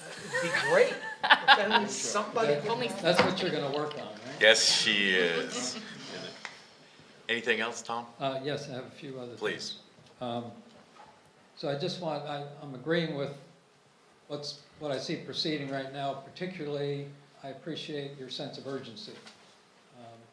I thought maybe I would need to help convey that, ask you, request that, but I sense it's already there. I appreciate that. Just wanted to note that the proposal does not include what I believe Eric, representing the NTCC at the LTAC meeting, was expecting, and I did also, that there were 4 parts to the phased approach. The proposal only talks about 2. Now, there is reference to, if those 2 don't work out, then maybe we'll have to do something else. No mention of what that is, but the key thing I want to be sure that people are agreeing to is that it's not going to go back to square one to restart that process. Right, and I would go to the other points of discussion and agreement, and I think that it's great that that is in there, in that to be considered a success, the volume counts have to get lower than the thresholds and stuff. So if we do not accomplish that in 1 and 2, we have not accomplished our mission, and we'll need to go to potential 3, potential 4. Right. Would it be potential 5. appropriate to refer to the other 2 phases that were mentioned in the LTAC meeting of whatever? So we don't have to go back and try to figure out what more options might be. We've already figured out what the phased approach was. NTAC proposed it to LTAC. LTAC approved that and moved this So action forward. my recollection, and I do believe the minutes, that was stated by the neighborhood committee that was requested. I do believe LTAC moved forward specifically just phase 1, keeping in mind phase 2. Did not move forward all 4 phases for approval for design. I mean, that's all we're doing right here is design, having But council. it was our understanding that all 4 pieces of that phasing was part of that design work. Yeah, I hear what you're saying, and I'm just reiterating Okay. that LTAC specifically moved forward phase 1 with phase 2 I in just mind. wanted to try to have that documented, and I think by having it tonight. Yeah, I've just it'll be in the said minutes. It's documented. I agree, and the only other concern that I would have is, you know, the evaluation step for each of these phases potentially is gonna impact that phase 3 if it's needed or whatever. It may push it in a different direction than we're currently thinking. So there's more data to come that may push us in a different direction than we sit here today thinking. So, you know, but I do think I think we've made clear that the understanding of what you're conveying, I do Okay. believe. Another item, we talked about other requested, I'd say, elements, signage, reshaping the intersection at Country Club and Oak Ridge, and crosswalks. Are those, Don, do you know if those are Well, in his phase That 1 one, work? yeah, that would be part of what Trans would do, but if we would decide to move ahead with doing crosswalks at the intersection, now the trouble with that is you can't put a crosswalk in unless you have a landing on either side, so that's the beginning of a sidewalk. Well, can I interject here? I believe that all of those are ideas for their own time, but I would just like to point out that crosswalks specifically are not traffic calming. So if the neighborhood would like to, and I think staff's open to talking about crosswalks all day. Like, I'm not saying that they can't, I just want to pull that out of the traffic calming discussion because we can't legally use crosswalks as traffic calming measures. Understood, they're safety measures. Right, and then when it comes to Country Club, that's its own situation. So this agenda item right now is specifically discussing LTAC's recommendation to staff. So if the Okay, neighborhood. so those items should be brought up separately? To who, though? To It's a good staff? question. I could look at those, you know, like we did talk about the crosswalks, and we talked about one there at, the township has the entrance into the park. You know, would a crosswalk work there? Now, Amy had brought up that it doesn't meet some distances. I would say it's an existing crossing area, which trumps, you know, it's not design, you know, you have design standards, but then there's different standards. When you have an existing condition, you have to address that existing condition. So, I mean, that is something we could look at. Okay. I certainly don't have any objections to the idea of, but like I say, when you put a crosswalk in, there has to be a landing, because when you cross the street, you can't end at a curb. So at that point, we'd be taking a curb out and putting in, even if it's a 5x5 landing with a ADA compliant detectable warning surface. I mean, that's something we could look at, and that'd be for future road improvements that we would be doing. I mean, it's something we could schedule or. Yeah, and typically neighborhoods that want those kinds of things write a letter to council and we, you know, we have a quick receival at our agenda and we throw it back to We staff. throw it to and- staff. Yeah. and It's it moves. outside of the traffic calming process. That's what I Yes. believe, yes. Oh, Yes. And I'd heard that at LTAC, anyway. Sounds good. Good, thank you. Last thing, I guess, again, I appreciate the sense of urgency there. I'm wondering if, and I guess Carla, it would go with the process that you're planning to do, working with Amy, your flow charting. If you find that there are any steps that can be done simultaneously, would you identify those? So find efficiencies where we can. Again, stressing the urgency of implementation. Absolutely. I will also say I very much value the democratic process too, and those sometimes don't always go hand in Right, hand. So, but understood. we'll work together to balance that. Great, appreciate it, Can I thank you. ask a question? You can't, just hold on, ma'am. Yes, we have you in the queue. You're third at this point. The only other Thank thing is, you. do you folks have any questions for me? Council, anything for Tom? I just want to thank you for taking on this I was going to project. say the same thing. Yes. Yeah, thank you Yeah, for stepping thanks for in. coming. Welcome, thank you. Ms. Musser, I saw you had your hand up, but you've taken it down. Did we answer your question? You did. You mentioned signage, and that was going to be my question, so thank you. Excellent, thank you. Mr. Moore? Yeah, hello. I just got a couple of things to bring up. And one, I am on the Ltch committee with the township, just to clip, so everybody knows. One, the counts, I think, took place on Thursday and Friday this time. And I may be mistaken, but I think Monday, Tuesday, and Wednesday are generally the heaviest traffic through here, because that's when we're getting the most cut through, at least in my opinion. Plus, the weather, I think, did make a difference.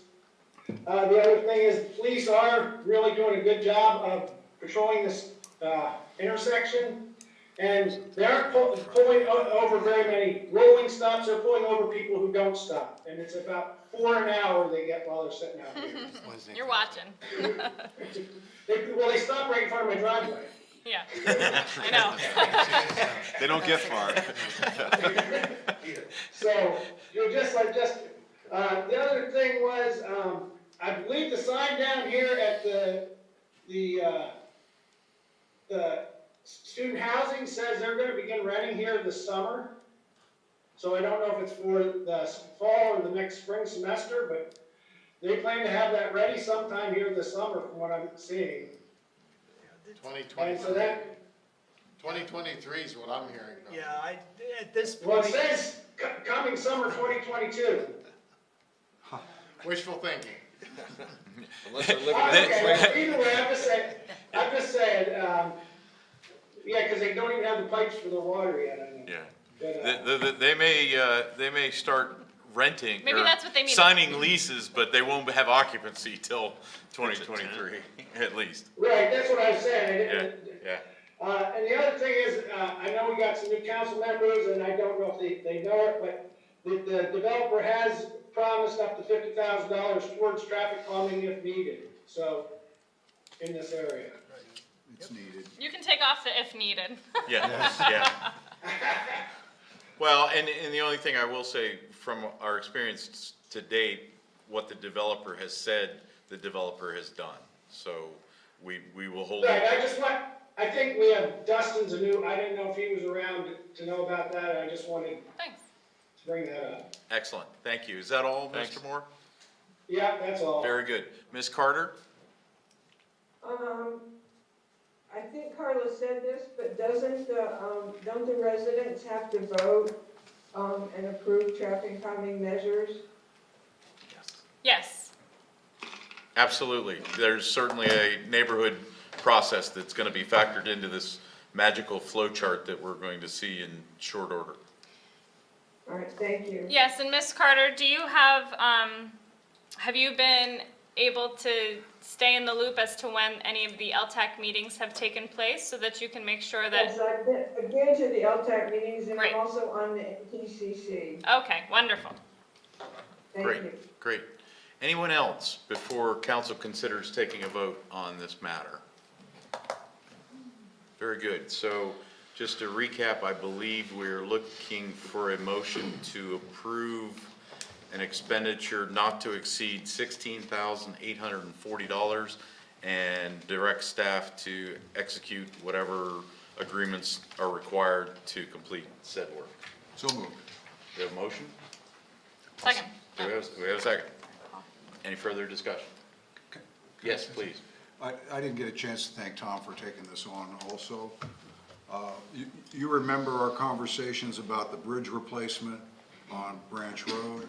I think didn't you participate in any of those 2 years ago when we were replacing the bridge?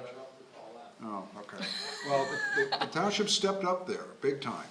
And we took a bridge replacement project and we turned it into a significant safety improvement at the bottom of Country Club Lane. So I sensed that same level of commitment from this group, because it was mostly the same folks, just up the street farther. And I'm personally not going to get hung up on a couple of $1,000s. I'm more concerned about the timeline that's been expressed here and getting something in place this summer. And like Carla said, those little things, we deal with those all the time. You know, crosswalk, whatever it is. Bring those up, because our commitment goes beyond just what we're doing through LTOC. And we said that over and over again during the whole land development plan review process. LTAC is one mechanism for getting a significant improvement done, but we're all ears for everything else that comes up. So, Great, great. Anything else? If not, I'll call the question. All those in favor, please say aye. Aye. All those opposed, same sign. Motion carries. Very good. Thank you all. Returning to our regularly scheduled program, we'll go to reports. Manager's update. I have nothing further to add. Questions for the manager? The award-winning manager. I wonder, how many minutes into the meeting are we? That's first reference to it? Oh, no, you missed it. No, we got it. All right. You missed we got the it. embarrassment, but no, very, very nice. Proud moment for the Graciously township. accepted. I kept it short. It was I'll nice, be thank you. honest. I did not Excellent. elaborate. All right, anything for the manager? Dustin, Carla? Good? Excellent. COG, regional, county, and liaison reports, I think Paul's first up. I've had Anything? none. Carla? No, I did attend the solar power purchase agreement meeting just as a listener, but we'll cross that later. So. Yes. Great. Dustin? Yeah, HR? Yeah, I had an HR. Did you guys see that? Did it make It made a Yeah. supplement, yeah. Oh, I don't know if it made it in, but I saw the email. Yeah. Okay, okay, great. So I'll hit the high points then, just the numbers, and then I'll take any questions, right? So we had a pretty big, we covered a lot in the meeting. So the committee conducted a preliminary review, proposed 2023 position changes and creations to provide input and feedback. So just input and feedback, just remember input and feedback. We didn't vote on anything, we didn't approve anything. Positions included the following. Nice. Deputy Chief Fire, library pages. The Deputy Chief Fire, succession purposes, we do not have a Deputy Chief, okay? Generally speaking, in most fire companies, you have a Deputy Chief. So this is something that was previously approved and wasn't acted upon, and that's because the current chief is retiring, so he didn't really want to pick, this. The next Yeah, chief, right, yeah. So library page recommendation to increase starting wage. Highlights of there is we currently pay $9.50 an hour. They're looking to increase to $11 an hour because Penn State is taking all our pages because they pay $11 an hour. That's the gist of that. Parks, all right, so this one, lots of information here, right? So we know that we had the staffing study by the parks, for the parks. The study recommended the creation of 8 new positions in 2023. The parks staff and the authority came back and said, okay, we'll reduce that down to 5 priority positions out of the 8. And I have more extensive information to add, but from the report, those positions include a summer camp and program coordinator. That would be a full year. Natural resources manager would be on in 8 months of that year in 2023. Active adult center program coordinator would be a full year. Millbrook Marsh Nature Center facility rental coordinator would be a half a year, and a parks specialist would be 10 months. There was quite a bit of data presented to show comparison to staffing levels of other university towns. I may add those university towns were not in our state, and there was only one that was equivalent Big Ten. Our region was lower than those presented. Additionally, the case that these positions will help to generate and take in additional revenue was demonstrated, which I believe we need to dig deeper into. There was data shown that we're leaving revenue on the table, and justification from what I gathered, and maybe I didn't quite get it, but from what I gathered, we're just leaving possible revenue on the table, and we're saying if we had better staffing or more staffing, we could get that revenue.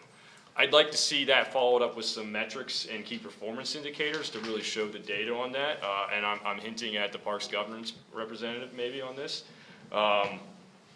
But I don't know what we have out there, if we do have metrics or key performance indicators, but if we're leaving revenue on the table, I want to know more about that. Especially it if really it's used does. as a justification for Yeah, more is positions. yeah, Yep, I agree. or we have inefficiencies somewhere, right, to gain. That's what I'm getting at. I would say that the Finance rep is probably the better Maybe the finance rep. finance rep Oh, as who opposed is to he? parks governance. Oh, shoot. Oh, shoot, same person.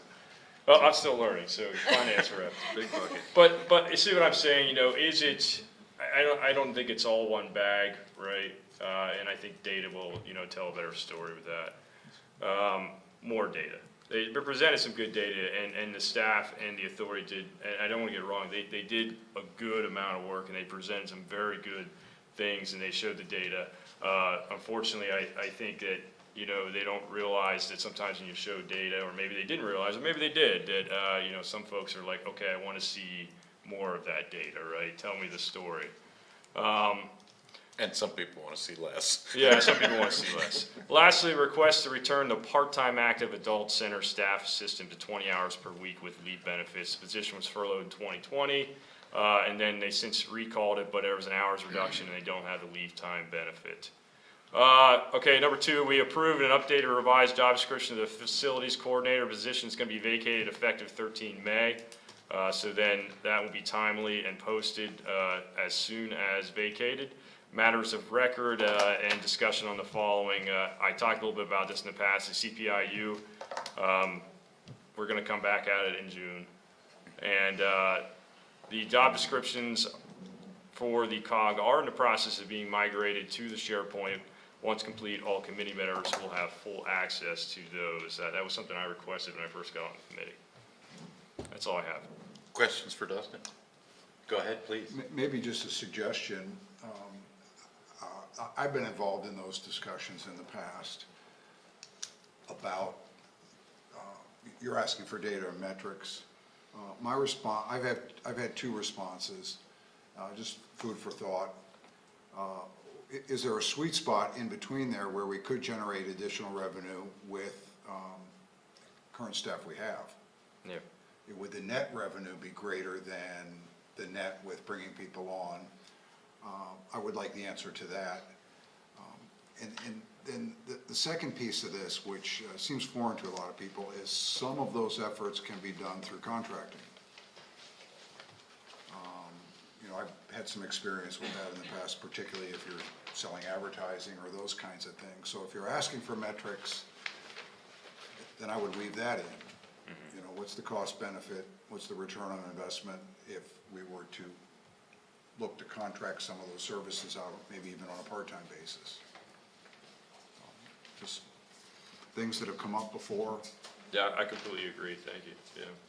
Yeah. And the other element to that is, what are our residents looking for? I was just gonna say, these are all really high quality, very popular programs, right? I mean, Absolutely. If you're looking at the adult center, the summer camps, the natural, I mean, those are all really good Right. things, so. Yeah, so if you had the opportunity to look into the data that, if you didn't, or if you just look at my report, that was the data that was shown. The revenue left on the table was from programs that were not being fully executed, so if you will.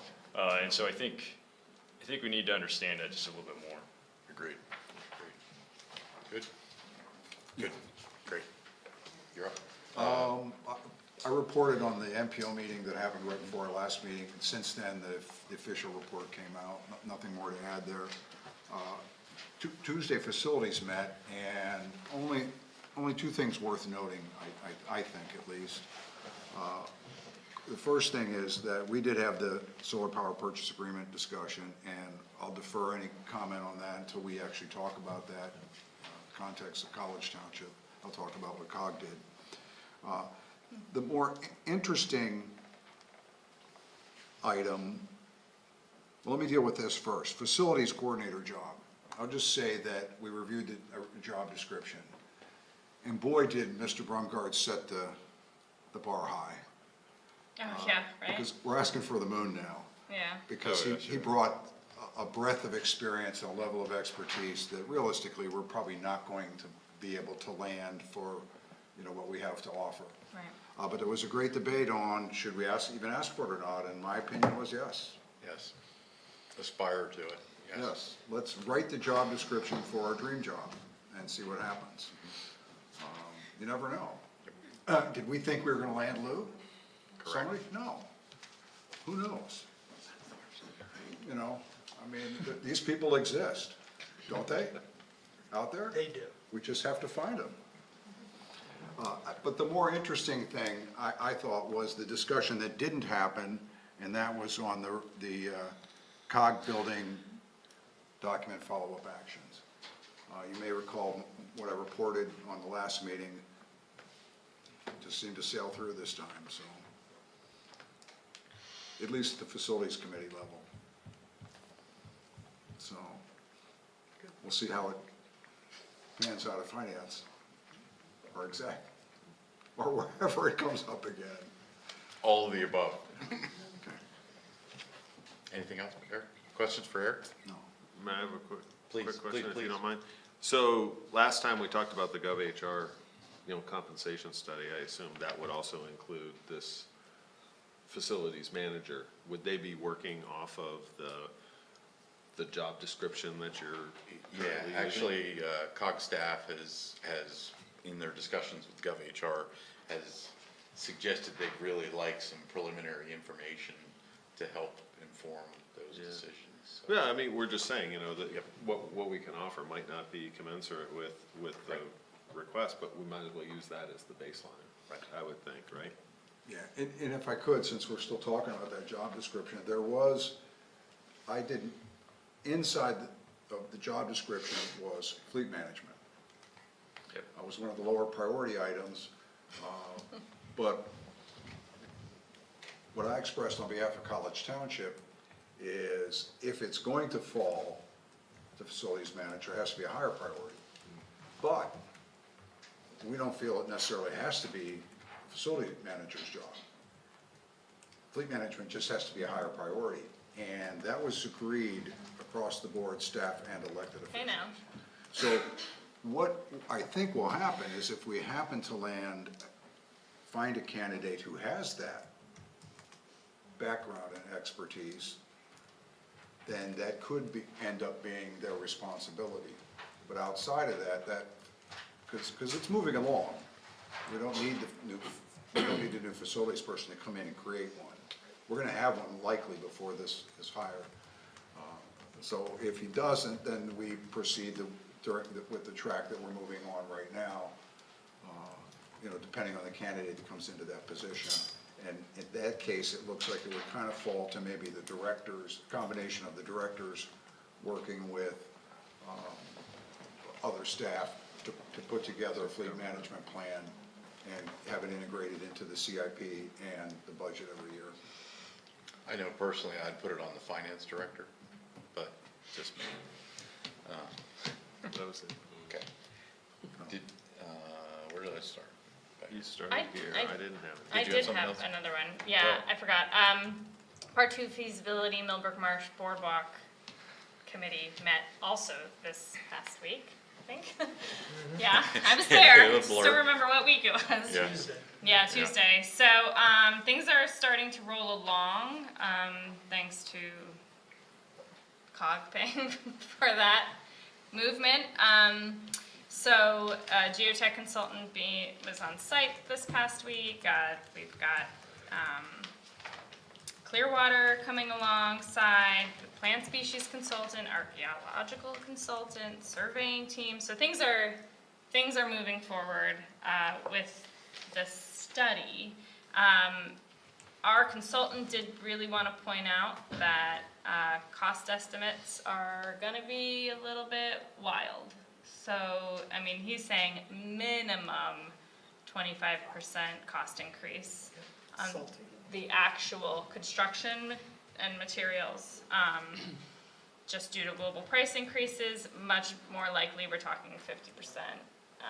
So it's an interesting time, but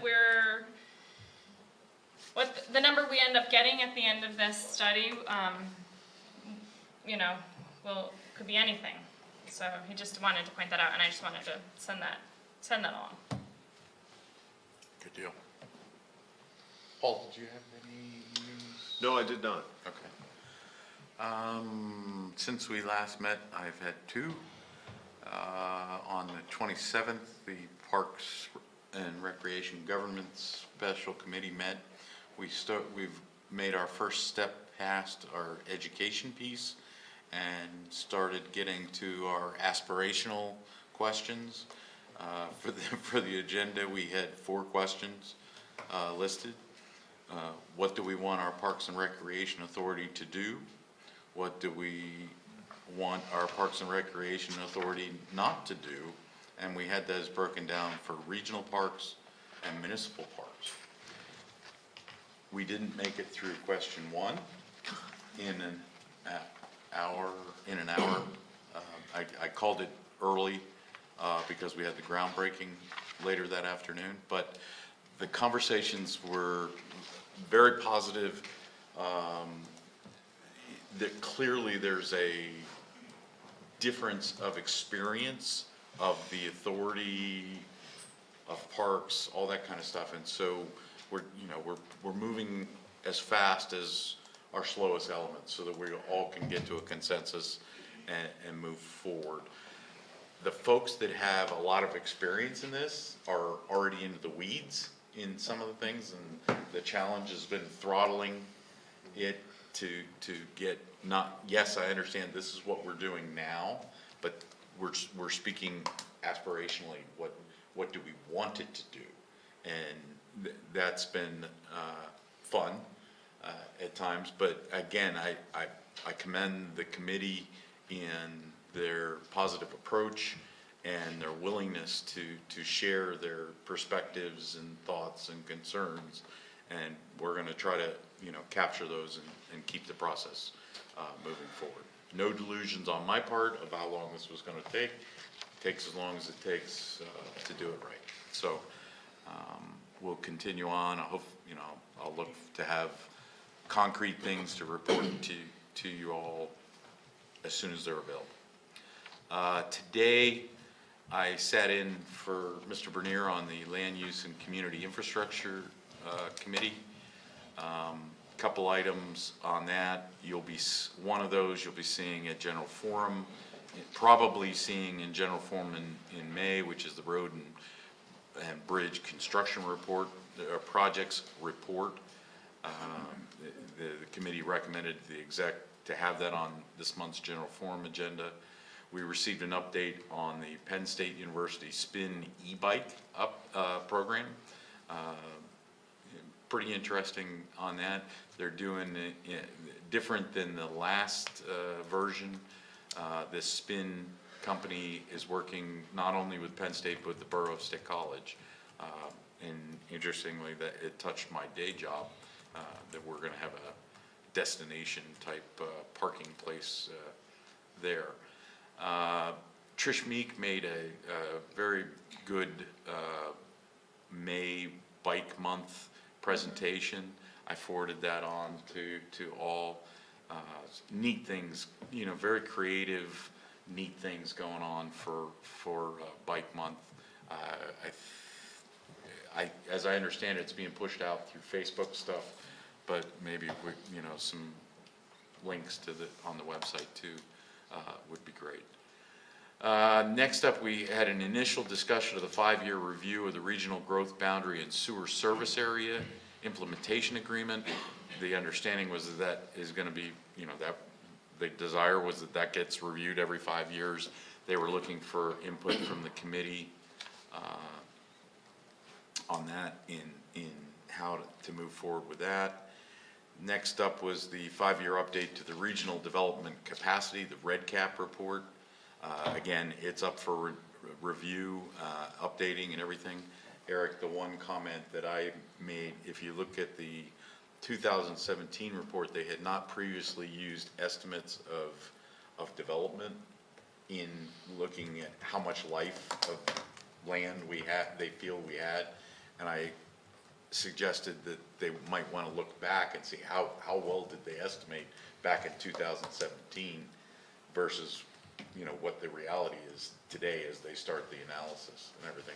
That might inform. Meaning they project capacity? Yeah, based back on in current 2017, they projected capacity forward. Okay. At 5 years, and they said it was going to be this. What was it? So for those properties that did develop, how closely did they project the actual density or capacity? Sure, for or those just lots? overall Yeah, in the check region. overall in the Because they region. do make a lot of assumptions in there. Exactly. check their So- crystal ball. that- Yes, check that, that's a great way of putting it, yeah. So I threw that out as a suggestion. Good point.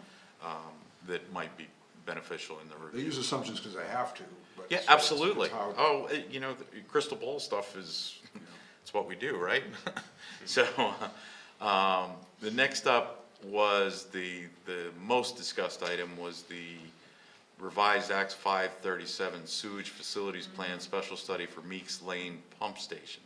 So Eric and I had a chance to talk before the meeting, and our feeling out of our last meeting, we were very fortunate to have our UAJA reps here, as well as Corey Miller and his staff. Our feeling was that our council felt they were doing what they should be doing, looking at efficiencies and the best operations for the authority. And so in discussing this, the discussion was very much centered on Half Moon's absolute paranoia that if you put the capacity there, someone's gonna force them to put If you build it, they sewer in Half Moon. And so that focused up, based on Eric and my discussion, I offered early that I would be voting against. So the planning agency presented an alternative that basically wiped all that out. And UAJA had serious reservations about that because they were asked to put that in the first place. And so they were uncomfortable taking it out and everything. And I offered that we, and this is one of those ones too, a staff motion was provided and it was on the table before we ever commented, before any member commented. So right before they were gonna take the vote, I offered, hey, College Township's gonna be voting against this because we feel this is an operational decision on the capacity discussion for UAJA. And that's why we have our reps, that's why it's the authority and everything. That wasn't. Was this a Corey versus Corey? Or it was not so much, was this? Corey Jim discussion. Okay. And I get, there's a political realities in that, and I said, Jim, yeah, that's what I meant. well, Versus yeah, Jim was reflecting the Half Moon desires and everything, and there was discussion about, if there's not the intent, then it shouldn't be in there and everything. But in Corey it's irresponsible for me not to be looking at this and everything. And so I'm back and forth and back and forth and back and forth. And then I said College Township wasn't gonna vote for it. And I made a point that it didn't require a unanimous vote to move out of Lucy. But from a practicality standpoint, it does. When it gets to general form, it's gonna need a unanimous vote and everything. But I think I said enough that the staff and UAJA were gonna try and work on something that might hit the middle and everything. So it got, the motion that was on the table got withdrawn, and it'll be coming back. Well, they withdrew the motion, and they're gonna have additional discussions, and then Eric will see it at his next meeting in June. That was the high points. But I wanted to thank Rich for stepping in at the last minute for me today. It's a long meeting, I'll bet. It was good. It was a good meeting. It was a good meeting. I had very conscientious discussions and everything. So, pending any questions on that, Eric is going to get the opportunity to watch the meeting, and he's probably at our next meeting is probably going to be coming back, asking for some guidance or clarification or confirmation or whatever. Oh on yeah, this. I totally support the position that you've set down. That was what we got, we thought we got the day that Corey and Dave were here. And those, at least at the time, I didn't see those two approaches as mutually exclusive. can build for the capacity, and they can say, we're not We're gonna. not, zo- yeah, we're not gonna rezoning's develop. entirely in their pocket. So, thanks again, Rich. You betcha. Okay. Staff, we don't have a planning commission rep, no? Anything on the planning commission you want to report? Yeah, we introduced our new senior support specialist for engineering, Sharon Myers. So she'll be attending all PC meetings. And we also reviewed a second draft of a process flow chart. The chart's intended to guide applicants for, through the process when requesting waivers or relief from putting in pedestrian facilities in the township. The planning commission wanted it less, they wanted it a little bit easier to follow, so we brought it back That's and. customer focused. Yeah. So we brought it back and we'll be presenting that to them again at our next meeting. Excellent. Questions for Lindsay on PC? Staff have any other reports? No? Diversity, equity, and inclusion reports? Anybody have anything to offer? The public is invited to share in this as well, if there's anything. We do have a NB4, which I think is applicable to that. So, 100%, yeah. So unless there's something else, go ahead, Paul. Just a real quick comment, I was gonna mention that one, but I guess under the equity, something that's been in the news a lot today, I've been asked to mention that there is going to be a rally for reproductive rights on Sunday at 2 p.m. at the Allen Street gates, for anyone who would like to attend. Okay, Thank you. absolutely. Okay, I think we're to NB1. College Township Audit Report, Mr. Long. Hey, thank you, Mr. Good to Chair. see you. Yeah, it's good to see you too. Okay, one of the requirements contained in state law that provides reassurance to College Township taxpayers is the requirement that the governing body engage an independent auditor to perform an audit of the township's internally prepared financial statements annually. There are regulatory authorities that establish standards governing presentation of financial statements and also that govern the conduct of that audit. And you've heard the acronyms GAAP and FASB and GASB and GAS and GAGAS and all kinds of acronyms, but Joe will cite some of those as he gets his report here. So council did engage the firm of Fiore, Fidelli, Snyder and Brothers, I believe that's still the name of the company, to perform that audit. And so Joe's here to provide not just a walk through the financial statements that are prepared by management, but also the reports and the results of that audit of those financial statements. And his responsibility as a firm and our responsibility as management, so he'll walk us through that. Council's action tonight is simply to, well, of course, to ask questions if you have any questions. And secondly is to accept the report. That's the only action that's really required. And with that, I'll just turn it over to Mr. Fidelli. Okay. Good evening, thank you, Bob. Can you hear me? Yes, sir. All right, I'm here to present the audit report for 2021 for the township to the council. I believe you have a copy in your agenda packet. I don't know that we need to share screens or anything. I think this should be fairly straightforward. The audit report itself is comprised of several sections.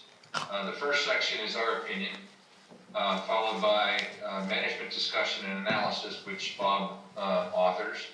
Then we have we'll call it the highest level financial statements, the government-wide financials. And these bring into your report not only the revenues and expenses on a cash or modified cash basis, but also things like long-term debt and your investment in buildings and infrastructure and those kinds of things. Below that, we have the fund financials, which you're most familiar with, tax revenues, expenses, general fund, capital projects, debt service, and then of course your special revenue funds for various purposes, library, parks, road machinery, and those kinds of expenditures. All the financial statements are supported by a series of notes, and those notes first describe and discuss the accounting principles that the township employs, an explanation of how things are accounted for, and then that's followed pretty much by details to the various accounts and categories and items on the balance sheet, description of relationship with COG-funded activities, description of your long-term debt in the terms of those obligations, pension plan, and the like.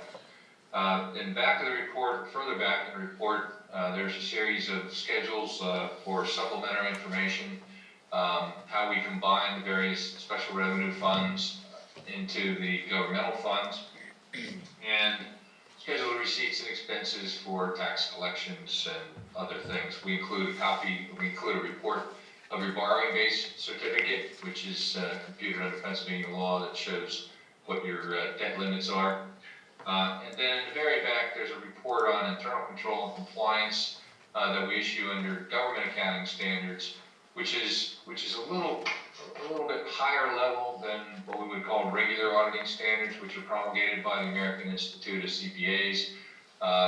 The government auditing standards are what's called the Yellow Book by the Governmental Accounting Office, and we provide that as an additional service, really, in request of the township.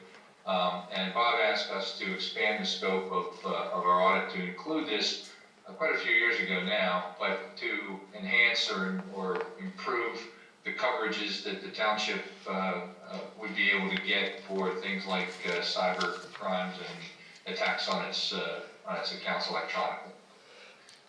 So if I go all the way back to the beginning, the independent auditor's report, that's really that's what we have. Everything else is really management's responsibility and representations, although we do assist very heavily in drafting the report and providing the format and update the financial statements for those types of disclosures and whatnot.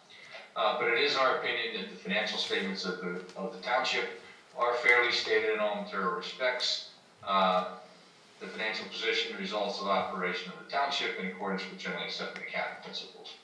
Those principles are promulgated by the Government Accounting Standards Board, and the form and content of your financials is largely prescribed by that body. Any questions so far? Not seeing any yet. Good to go, Joe. Okay. Good, because we got a couple hours left to kill here. Hey, you're dealing with veterans here. You can't scare us. Hey, I had this tie up for 3 hours now. It's killing me. But you look so good, Joe.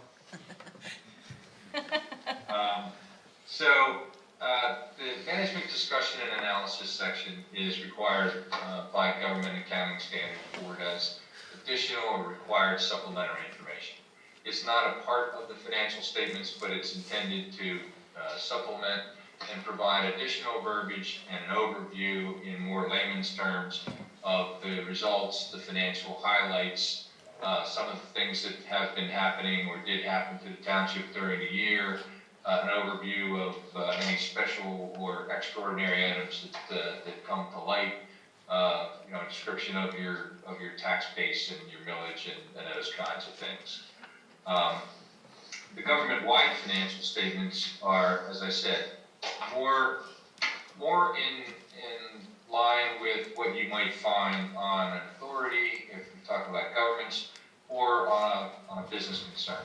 It has your assets, including your cash, but it also brings in your infrastructure and the long-term debt. Typically, until the issuance of GASB 34 several years ago, governments reported pretty much on a modified cash basis. They didn't have, they had what's called a general fixed asset account group and a long-term debt account group, which were sort of side by side the financial statements. But everything was pretty much focused on budget to actual and pretty much cash in or modified cash in and cash out. Those fund statements are still below these government-wide financials. The assets minus the liabilities leads you to what's called net position. stockholders' equity, if you will, in a business concern, or in that position in an authority or some other type of governmental reporting scenario. Your net position is a little over $16 million, with $21.7 million of assets, less $5.3 million or so of liabilities, including $4 million or so of long-term debt. Now, a lot of that $16 million in net position is represented by the investment in your fixed asset net of the related debt, but you do have other assets that are restricted for various purposes, such as the money in your special revenue funds, and then you have some unrestricted balances as well of about $1.4 million and change. The next statement of the activities focuses, and this is unlike most financial statements that you'll read, it focuses first on expenses. And then, given that the government's job is to perform services and then get the revenue that it needs through imposed revenues such as taxes, obviously, and whether it can get fees for services or grants or other funds to support its activities. So the first column is the expenses, and then those expenses get really reduced or offset by either charges for services, operating grants, or capital grants. Then your net expenses are covered by, as I said before, primarily revenues, a little bit of interest, and some other income that comes in. Your change in the net position for the year was about $851,000, which brought you that $16.4 million or so in net position at the end of the year. Following that, we have the governmental funds, and these are primarily receivables and cash, net of accounts payable and deferred revenue. So it's the more immediately available assets that you can use, and the expenses that are expected to be paid reasonably soon after year end. And your fund balances on the governmental funds is roughly $3 million, as you can see there if you look at the sheet.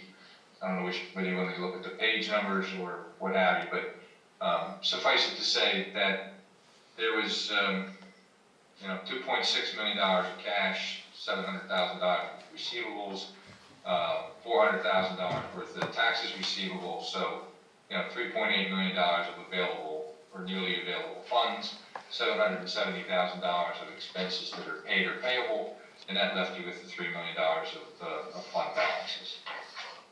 Following that, we have reconciliations of how we get from the fund balances on the governmental funds to the net position on the upper schedules, both on the balance sheet and on what we would call the income statement.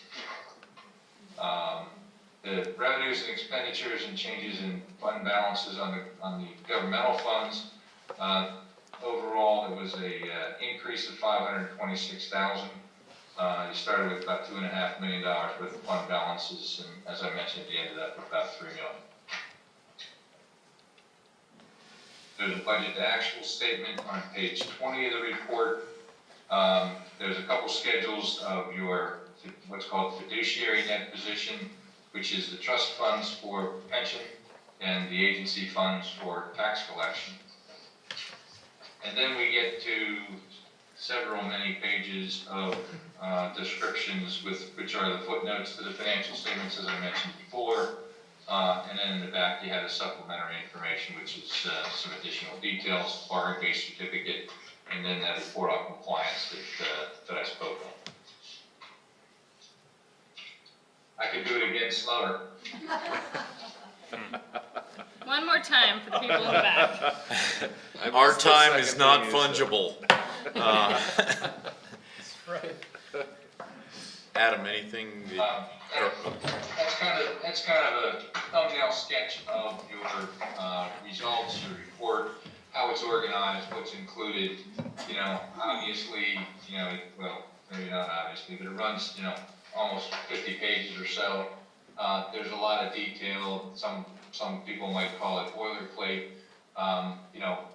We we do have, the township does have, you know, some latitude over what goes in, what has to go in, but by and large, this is prescribed by the Government Accounting Standards Board, and we could, you know, boil it down, you know, by how much we say and what we say, but I think it's good for council, it's good for, you know, posterity, and it's you know, it's a pretty good overview of what the township has done financially, what it has, and how it does it. Great. Adam? Yeah, other than I'm pleased with the work that Joe's firm has done here and also the work that Bob has put in, but as far as any specific comments, I'm happy to defer to Bob if you wanted to make any in particular. Yeah, it's a culmination of a whole year of good, I think, good financial management by council and staff too, really. Starting out with the, you know, we have our budget, we have our CIP, and we look at our quarterly statements and we reconcile monthly. And it's kind of nice when it all comes together at the end of the year with a you know, it's a 52-page report, but it's a lot of regulatory. And but you know, this year being an exceptional year of having I think a very nice presentation for council and for our taxpayers. But the only thing, Bob, I'd ask you to just speak to very briefly is that what we will do is we will publish in the newspaper a synopsis. You want to describe what that is? Yeah, it's just it's a condensation of this. It's just like half a column in the paper. It will show the assessed value, the cash, and the revenues and expenditures by major categories, net income, fund balance. So basically, just a condensation of what you see here. It's like an executive summary. Exactly. Correct, yeah. And that is required by law as well. And the final thing that I'll add here is that, of course, as with all of our documents, they're available for inspection by the public, and we have now the means and the mechanism to make sure that they're posted to the website as well. Great. Excellent. Questions for staff or Mr. Fidelli? Paul? No, just a comment. Thank you. It's nice to see it all laid out, and looking back on what entering into appeared to be a very challenging year. You know, hats off to staff and council and everyone for seeing us through in pretty shining fashion, it appears. We ended up in a good position coming out, and it wasn't clear going in that was going to be the case. So just worth mentioning. Excellent. Carla? Yeah, I mean, I railed on the state a little bit earlier, so I just will throw out that this is one requirement that I do approve of. This is something for transparency that is important, and I think if it weren't required, it would be something that I think a lot of places would let go of. But I'm glad it's required, but I also, you know, I'm also glad to review it and provide it for the public. Excellent. Dustin? Go ahead. If you were to compare this report to the report that's required by DCED to be filed for the township records, you would I think wonder why they bother.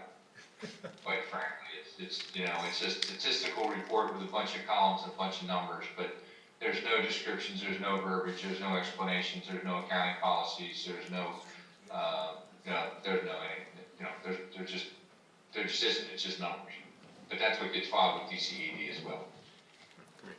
Dustin? Double standards. I just want to resound all previous comments made, and I agree. Thank you. Eric? Joe, wearing that tie for 3 hours is still less time than you used to spend driving up here and back, isn't it? Pretty much. Yeah, okay. Hey, I have familiarity with these types of audits, so I say not lightly, another year, another clean audit, you know, congrats to everyone. You know, it's an accomplishment to everyone involved. This isn't a DCED audit. No, this is a real audit. Yeah, a real audit that's clean is an accomplishment, so. Keeping it real in local government. For the record, the And meeting. it reflects on our award-winning He sat through it. He's gonna. Thanks, We got Joe. our hourly mention. Thanks, Joe. And at the Yeah, I've two, been here all night. yeah, I was gonna say, and at the 2-hour, 38-minute mark. Hey, God bless our bean counters. All right, thank you, appreciate it. Am I correct, we need a motion to accept or approve? Receive. Which, Authorize receive, distribution. what is it? Accept. Accept the audit for the year ended December 31st, 2021. So moved. We have a motion? I'll second. We have a second. Any further discussion? Anybody in the public wish to speak to the audit? Joe Vigilone has some questions for you, Joe Fideli. Don't pick on the guy on Zoom. Kidding, he can't even see it. Just kidding. Calling the question, all those in favor, please say aye. Aye. All those opposed, same sign. Motion carries. Thank you. Joe, take the tie off. Thanks, Joe. Moving on, NB2, conditional use application, historic properties, 127 Dale Street. Lindsay, lead us out. Okay, thanks. I think Mike's gonna pop a brief presentation up on the screen. Thank you. So in front of you tonight is the conditional use request, which is a direct result of the ordinance we just passed not too long ago, which does allow some flexibility in the zoning ordinance regarding historically significant properties or structures. So as a result of that, Ms. Ross is now able, if the use is approved, to reconstruct the porch on her home back to its original form as it was in 1911. So you see here, the part of the application, we have the applicant's name, which is Ms. Cindy Ross at 127 Dale Street in Lamont. These are just questions that come, the first few questions come on our conditional use application, which has been provided in your packet. The property is, of course, on the National Register of Historic Places. And again, she wishes to reconstruct her porch. And if you recall, reconstruct is one of the elements of the ordinance that allows this use to come into play as a conditional use. So the porch was removed back in 1975. And in order to reconstruct it, the porch must encroach into the front yard setbacks. The front yard setbacks for Ms. Ross's property, she's located just across from the Village zoning district in the R1 single-family residential zoning district.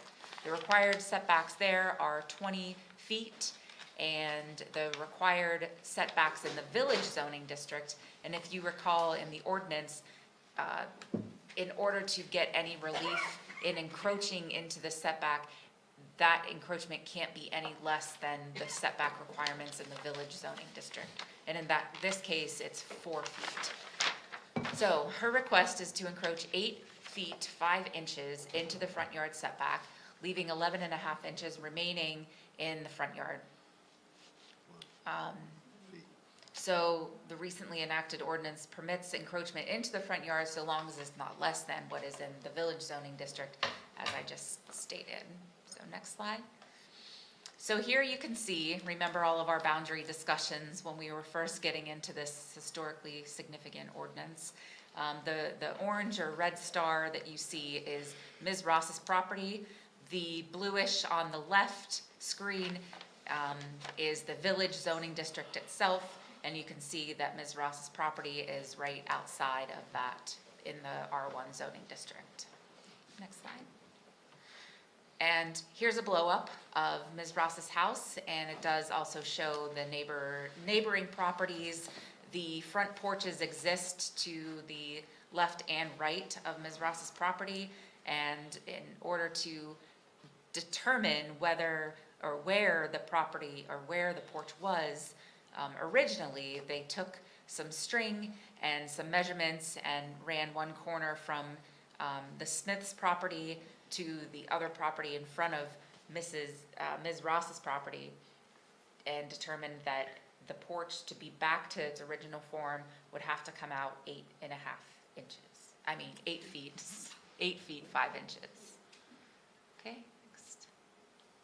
And included in your packet or with, and on the table tonight, you have hard copies of the plans submitted. Part of the conditional use process is the plans that are submitted have to reflect what would be inside a preliminary land development plan. So this meets those standards. Next. And this is just an overview of the process. The application has already been deemed approved, which is what, I'm sorry, complete, not approved. And now we're at the second step, which is the initial presentation to council. As per our conditional use ordinance, chapter 87, council tonight has 60 days from this evening to set a public hearing. The next step will go to the planning commission for their presentation and their recommendation and discussion. Of course, with conditional uses, you always have the opportunity to tack on any reasonable, any further reasonable conditions. Once the planning commission sees it, the public hearing is then held, and council can approve the use with or without additional reasonable conditions, or you can deny the use, of course, with reason. And then once that's all finished, Ms. Ross is able to submit her zoning permit and move forward. If the use is somehow denied, then she may reconsider and resubmit her application at a later date. Ms. Ross is here, and we've been working with her back and forth now for a few months just to ensure that, you know, we get this all right. This is the first time we're testing the new ordinance, of course, so we're learning as we go. But tonight, the requested action is that council review this and set a public hearing. That date for the public hearing is June 17th. And the second meeting in June for council, I believe it's the 17th. 16th, 16th, okay, thank you. according to your memo. Oh, thanks. Oh, it's right in front of me. Okay, so that's kind of what I have for you, and if you have any questions for me, I'd be glad to answer, and Ms. Ross is here as well. Excellent. Carla, start with you. No, let's go. Dustin. Dustin? Yeah, I support moving this ahead. Looks like it's going to be great. I bet you're excited. Can't wait for a new porch. Well, I've been working with Lindsay and Mark, and Lindsay for several months. I've actually been at this since 2012. Yeah. Eric? Actually, this is the reason we have this new ordinance, isn't it? It is. I mean, as badly as I have felt about the WCF, this offsets it. You know, I go home with my head spinning over the WCF, but I go back and I look at stuff like this, makes me feel good. It is funny You like know, that, that right? local government can work. Everything from, yeah, Yeah, so WCF? we need more of these. wireless communications facilities. That was The first earlier. hour. Yeah. Yeah, so yeah, let's roll. Good. Paul? No, I was just gonna say, I thank you for your patience in getting to this point. I mean, I think we've moved this forward with the intention of exactly this sort of an application. And, you know, we're in a better place than we were, thanks to your efforts and staffs and everyone else's. So I'm very happy that we've reached this point, so that's all I Right, have. and it falls back to our earlier discussion, we need these to road test our new ordinances and everything, and so I trust that staff is capturing, you know, the goods, the bads, and Yes, and everything, and potentially we'll come back and help us make it better, but, yeah, absolutely, so, unless you wanna talk more, Cindy, I would accept a motion to set a public hearing for June 16th, 2022. I so move. We have a motion? Second. We have a second. Any further discussion? All those in favor, please say aye. Aye. All those opposed, same sign. Motion carries. Great, thank you. One step closer. Okay, thank you so much. Thanks. Thank you, everyone, and Lindsay, See you soon. fantastic presentation. Oh, thanks. We'll Thanks, see you Mark. soon. Worth the wait. Great. See hit planning commission.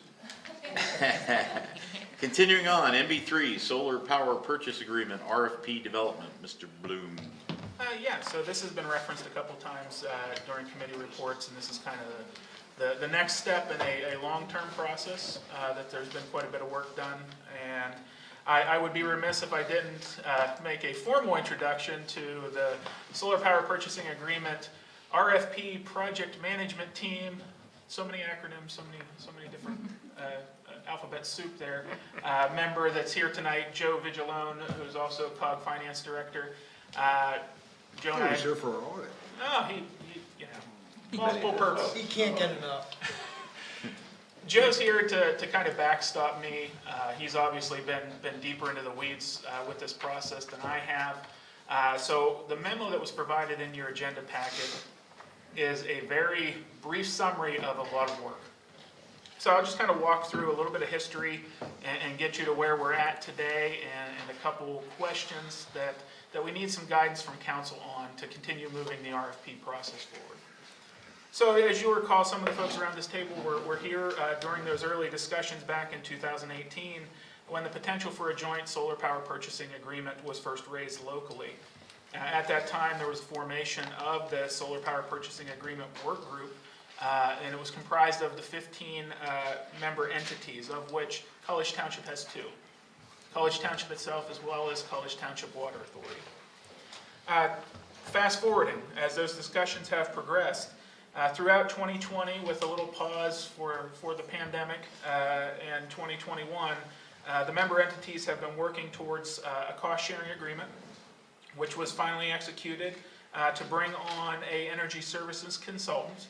That we have procured the services of Green Sky Development Group. And what Green Sky has been doing is, one, to help assess the viability of a solar power purchasing agreement, and two, to start moving us forward for the development of a request for proposals for an energy supplier and projects to bring this thing to fruition. Where we're at right now in terms of step in the process, and again, your memo was kind of followed with additional details to support this. They're in the process of developing that RFP right now. And in order to finalize that, they need some input from each of the member entities, College Township Council being one. So what I will do, I'm actually going to pull up something because this discussion has been a little bit fluid here over the last couple of days. What was included in your agenda in terms of the questions have evolved a little bit. So I wanted to put those in front of you tonight in their current form. So this is fresh off the presses as of about 4:30 yesterday following a project management team meeting. The first part though, and I appreciate how the project management team has framed this up because it kind of logically walks you through the process.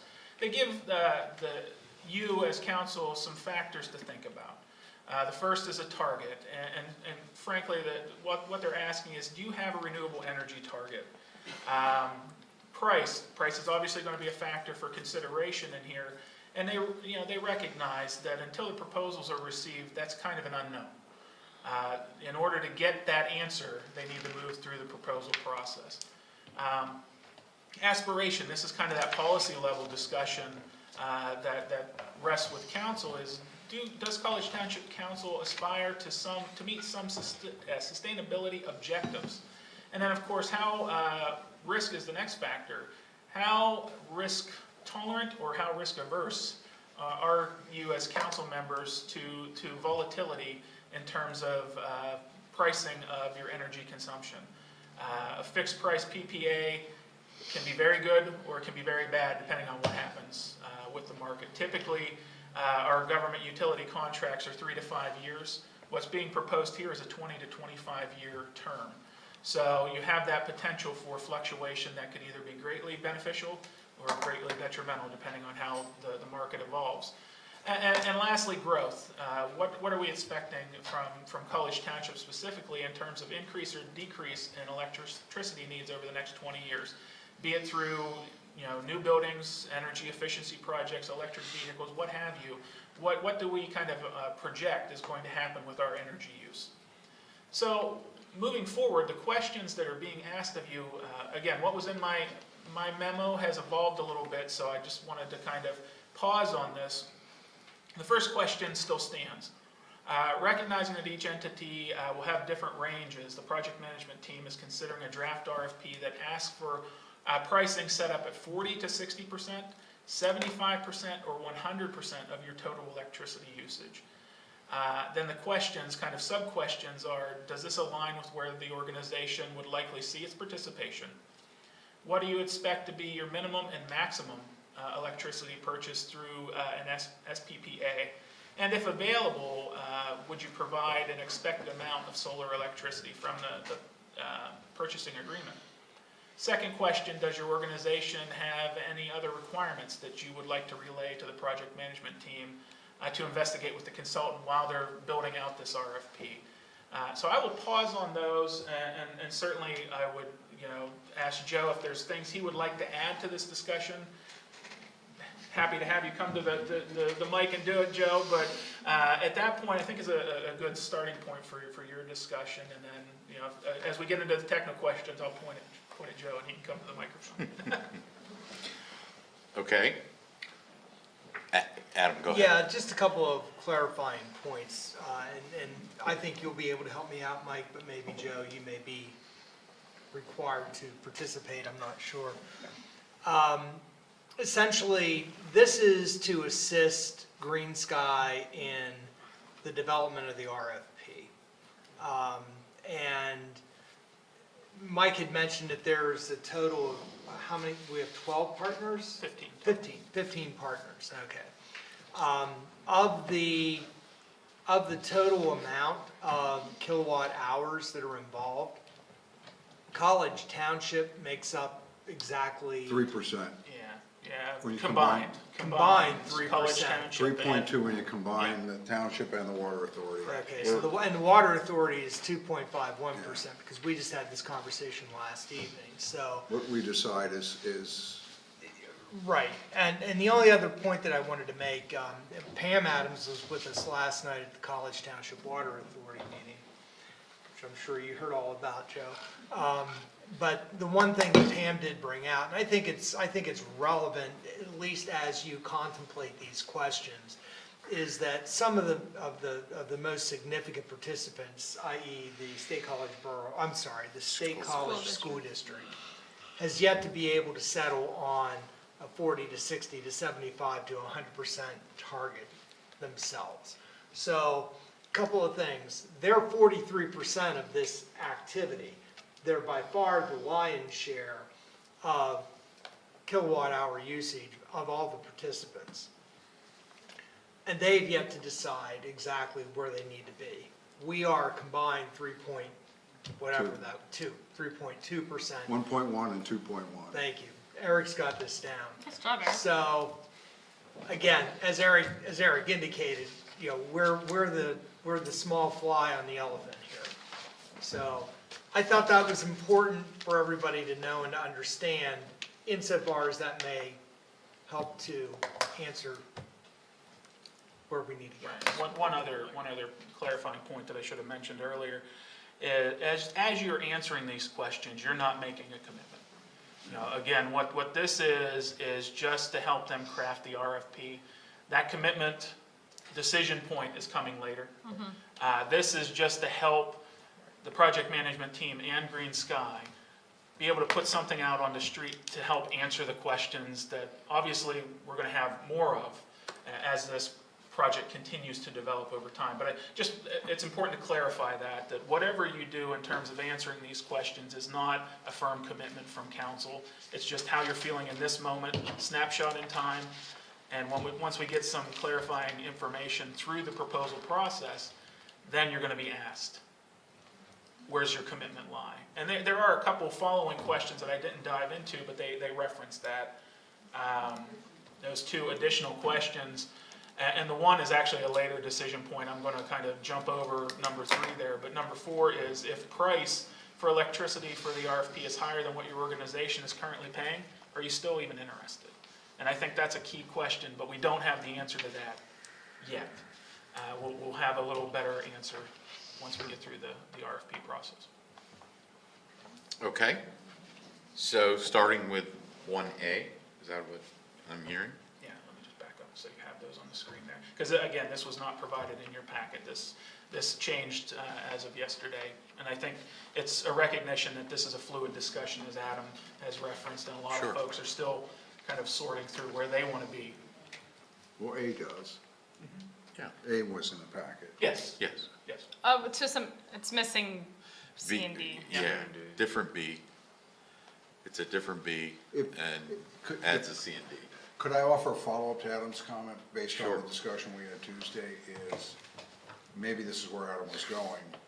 For tonight, for the purpose of tonight's discussion, we could decide we want to go 100%. And it's going to move the needle in the RFP, hardly at all. Because 4 entities, maybe 5, make up 84% of the kilowatt hours. Sure.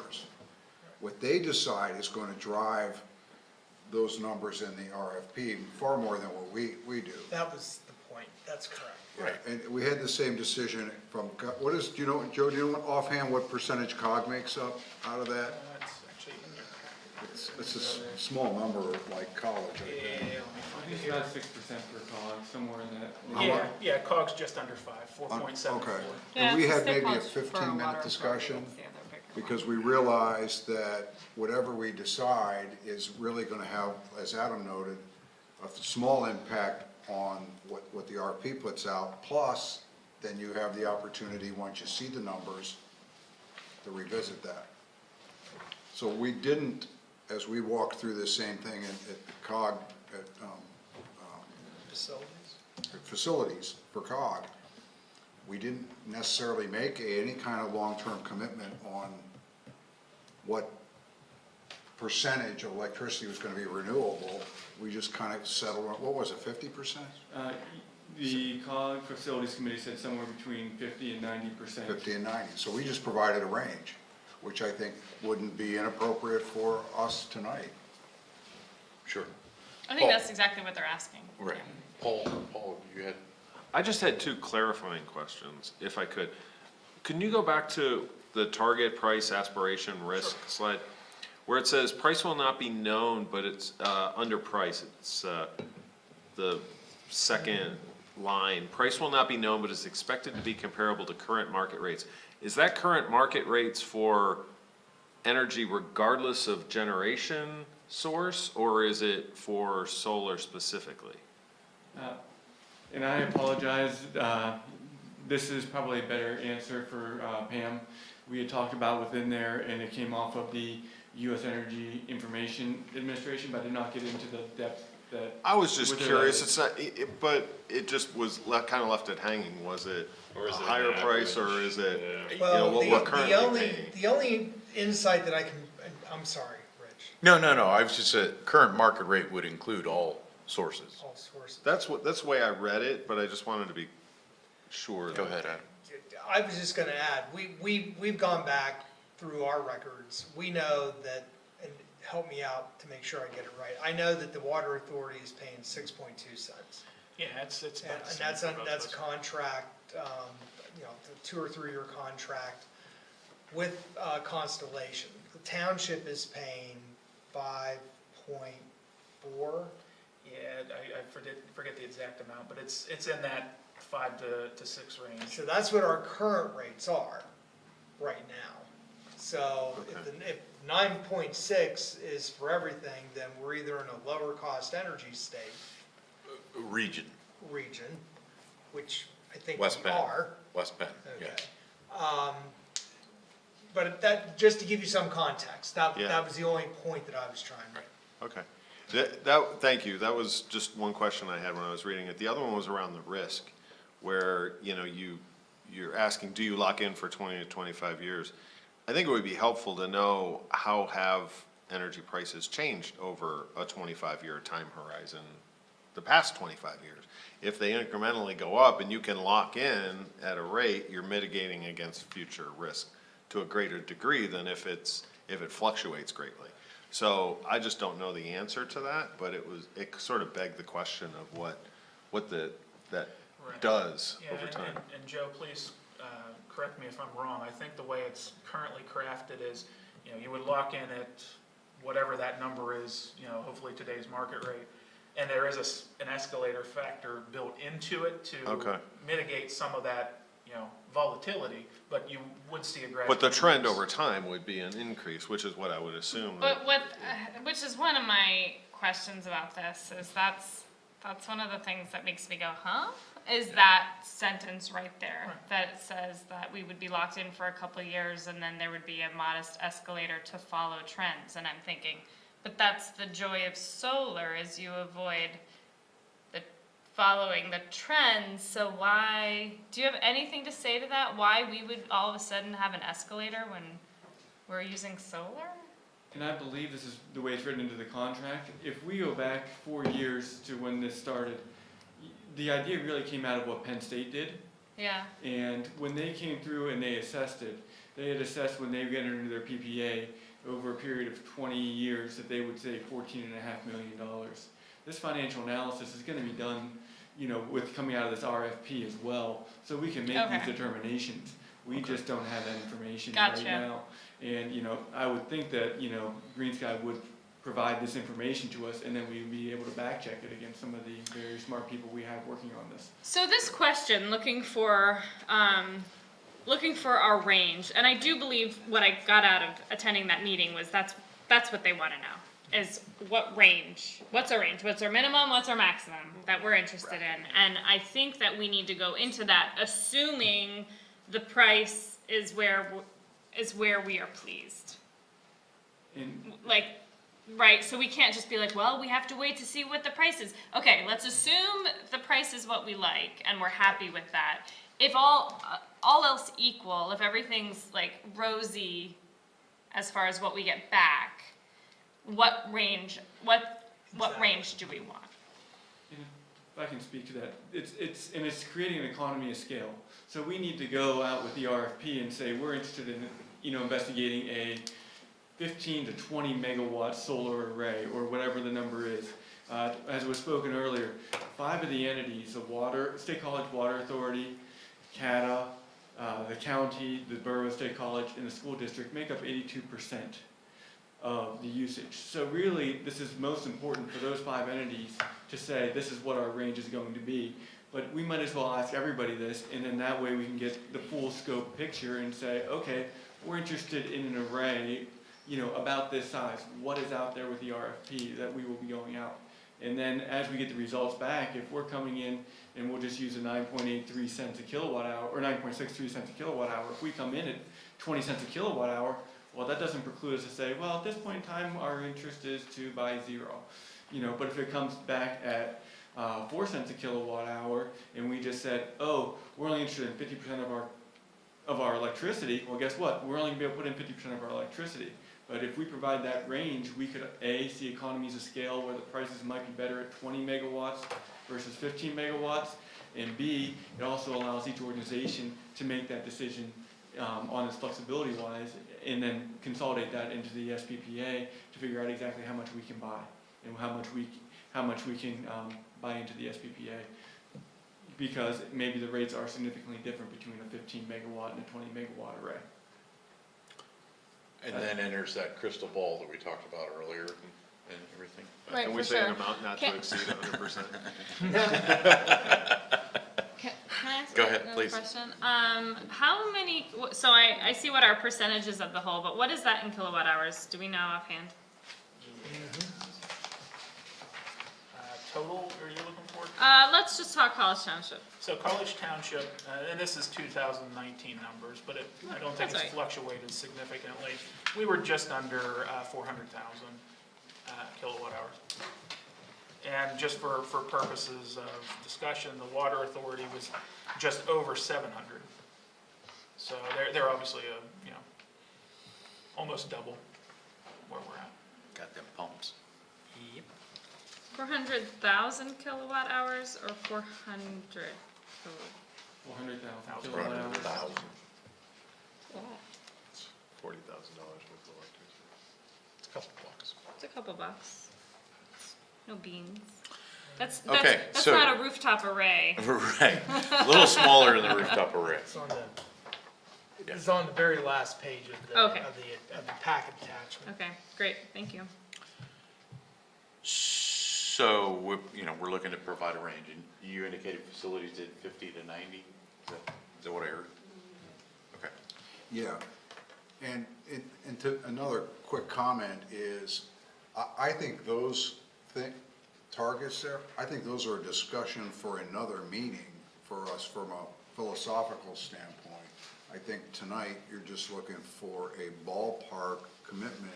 The one thing that we don't have that puts us a little farther behind the other municipalities is most of them have gone on record to make a commitment that a certain percentage of their energy will be renewable by this date.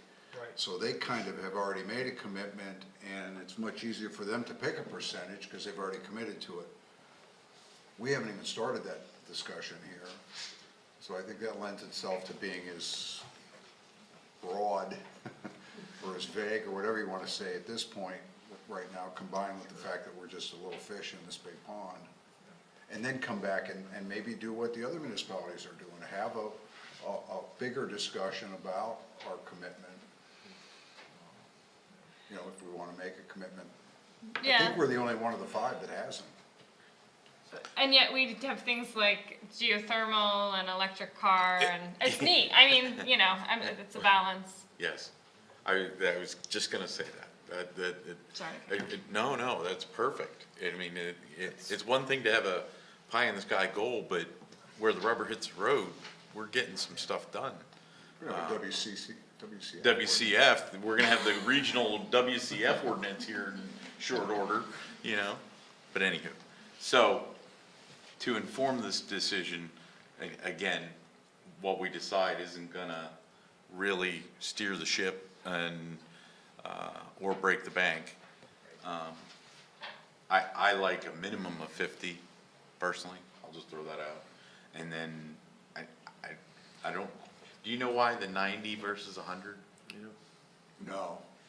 Okay. No, you mean what's shown on here? Well, for facilities, they went 90 instead of 100. We went around and around with that discussion. Do you remember? I do, because we talked about it internally.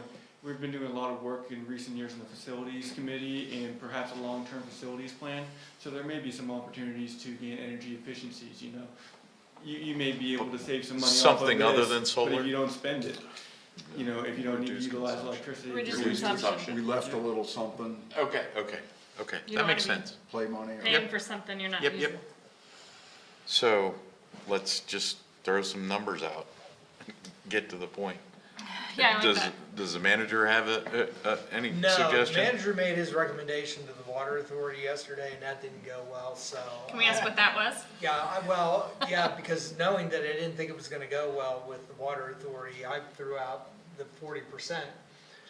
There's some operational issues that the water authority has to work through.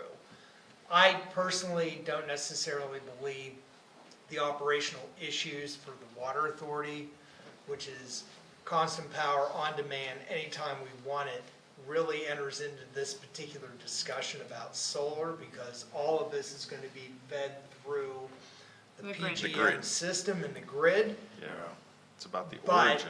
that's what came up, so we ended up not making a recommendation of any kind. Interesting. Making what? We They didn't did make not make we one. didn't make a recommendation. Interesting. Stuck at the idea that if there's a cloud, the water's Yes, not gonna run? we did Okay. get stuck there. So And- we're now down to 1.1% of the pie then, without the water authority. Right. Okay, I'm gonna throw numbers, 50 We to go 80. 100. Yeah, I mean, I was thinking 60 to 80. 60 to 80, 50 to 80. Hambere. 60 to 85. Yeah, I mean, I like the 90 myself, or 100. I mean, Let's see if everybody can have a different number. Sorry. I'm with the consensus. Okay. Because in the end, the bigger, more important discussion is this one that we have down the road. Yep. I think it's entirely consistent with what we've been wanting to do and what we've been saying all along. I think we make a commitment. I think the minimum is more more impactful than the maximum. Sure, I the think- numbers are gonna speak. Yeah, I potentially mean, but take us I think 60%, I'm happy with that, but I don't think we put a cap on it. I think we say to all of it, whatever it is, an amount not to exceed 100%. Okay. 60, floor of 60? A floor 60. Yeah, I wanted to know what staff's thought was quickly about more electric vehicles. What staff's thought was? Yeah, Yeah, just kind of projecting out if you had a vision. at this point, you know, there's probably no conclusion as to what we're gonna do, but All I right, so you think. don't see something big coming down the line? No, I think what would probably be is attrition. You know, as a current, you know, gas-powered vehicle reaches the end of its useful life, we'll be investigating options. We won't even start end of useful life discussions. Wow, and big trucks, yeah. That actually impacts the conversation the facilities have, right? Which is, you might be able to reduce your overall consumption in terms of total kilowatt hours, right? 382,000 or whatever it is. But if we add more electric vehicles, we may actually add And that to came it. up. And, you know, we may be reducing our reliance on fossil fuels, but increasing our reliance on electrical. So that's why I think 100% is the right number, because we don't know what the future is going to be in terms of our consumption of electrical power.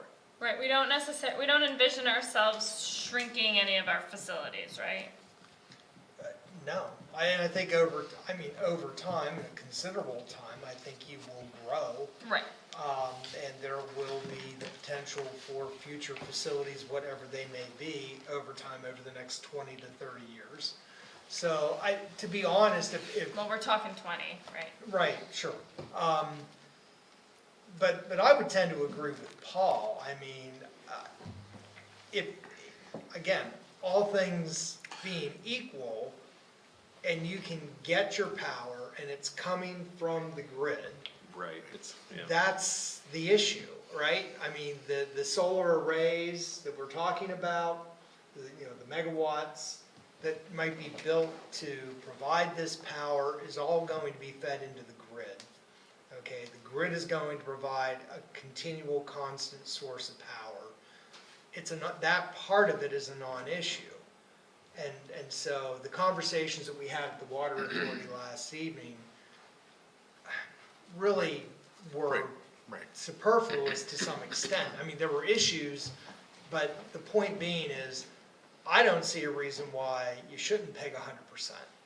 Well, I think what you're gonna see is, you're gonna see growth, but I think you're gonna see efficiencies, so that you're gonna be at about the same level, potentially at the same level, so that's, I mean, we have opportunities for efficiencies throughout the township, so. It's interesting how you're saying how that water authority conversation went, because the risk hasn't changed. The risk is always the same, because the risk lies in the grid, right? Right. Yeah. Well, and If you want to remove that risk, you should have independent sources of electricity. And Yeah. the Water Authority does, which, I mean, we have generators that are, you know, we got caught in. As it does, in and a sometimes these feedback conversations loop. do that, and And that's it why we just- suggested we having. made no headway.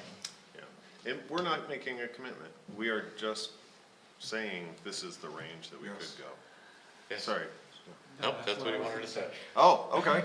But I think it is important, I think the floor is important, sky's the limit, you know, that kind of stuff, so. 60 to 100? Gone Yeah, once, sounds gone great. twice, sold. Okay. But what that's about one. clouds, Joe? What about what? Clouds? He's a bean counter, he doesn't have anything to do with clouds. He doesn't count clouds. Yeah, I guess, you know, Solar just rays in to California, so. tie this up, Joe, I have solar. are we giving the project management team everything they need? And there are lots of clouds. Obviously, I know there's Yeah, those it's kind so- of additional questions, and I don't know that we're prepared to get into renewable energy credits tonight. 'cause Oh, that's I its don't own even want to touch discussion. Rex. But, you know, do you need anything else from us to inform that RFP? No, the other thing is, I guess the only other thing would be the question too, is do you have any Yes. other Any other requirements? You want requirements? the PMT to investigate with their consultant for possible inclusion in the RFP? That kind of came up, where did that come up? COG. It General did, forum. it was a general forum, meeting. yeah. And that's where this With question came restrictions, out of. yeah. Maybe So- it's because it's after 10, but I'm at a loss of what other requirements would be. Don't go cut down a forest or something to put a, Oh, you know, okay. you remember that? Pave paradise and put up a solar lot. Yeah, don't take agricultural land, don't, yeah, just putting other. I think this is strongly leaning towards existing, you know, this is kind of, people are investing and already starting to build these things, with the expectation of just what we're doing, so. Well, and unfortunately, if you keep popping restrictions on it, you're either gonna price ourselves out or just not have opportunities to do it. And so, are we giving up one good for another and this and that and the other? I mean, this is what we face a lot of times in a lot of this stuff. And we can make that decision when they come back. Sure. We can ask those questions then, but putting preconditions on seems to me to be a challenge. I mean, that usually just goes like that. The only thing I'm gonna throw out, and so we're talking 20, 25 years. I'm usually not that in everything, and the example that I'd probably go to is the swap agreement with the school district. They thought they were brilliant entering into that, you know, rates are this and that and the other thing. You know, factors in the real world changed. You know, it was the best decision they could make. You know, they made what they felt was the best decision at that. I look at it in my day job, I could write 20-year leases, but we don't. We limit it. Our internal guidance is 10 years because that we're comfortable, you know, we'll get past it and go. But I also know that if there's a potential of somebody building this to meet this, which I don't think there is, I think that came out in discussions that this would probably be an existing, not like the Penn State one where they're. Or like they're- currently already going through the Right, permit through the process. right. So, but, I mean, there's always that risk, the longer you commit to and everything, and it's not like a mortgage where you can refinance it, or, you know, if you have an opportunity. Go ahead, Joe.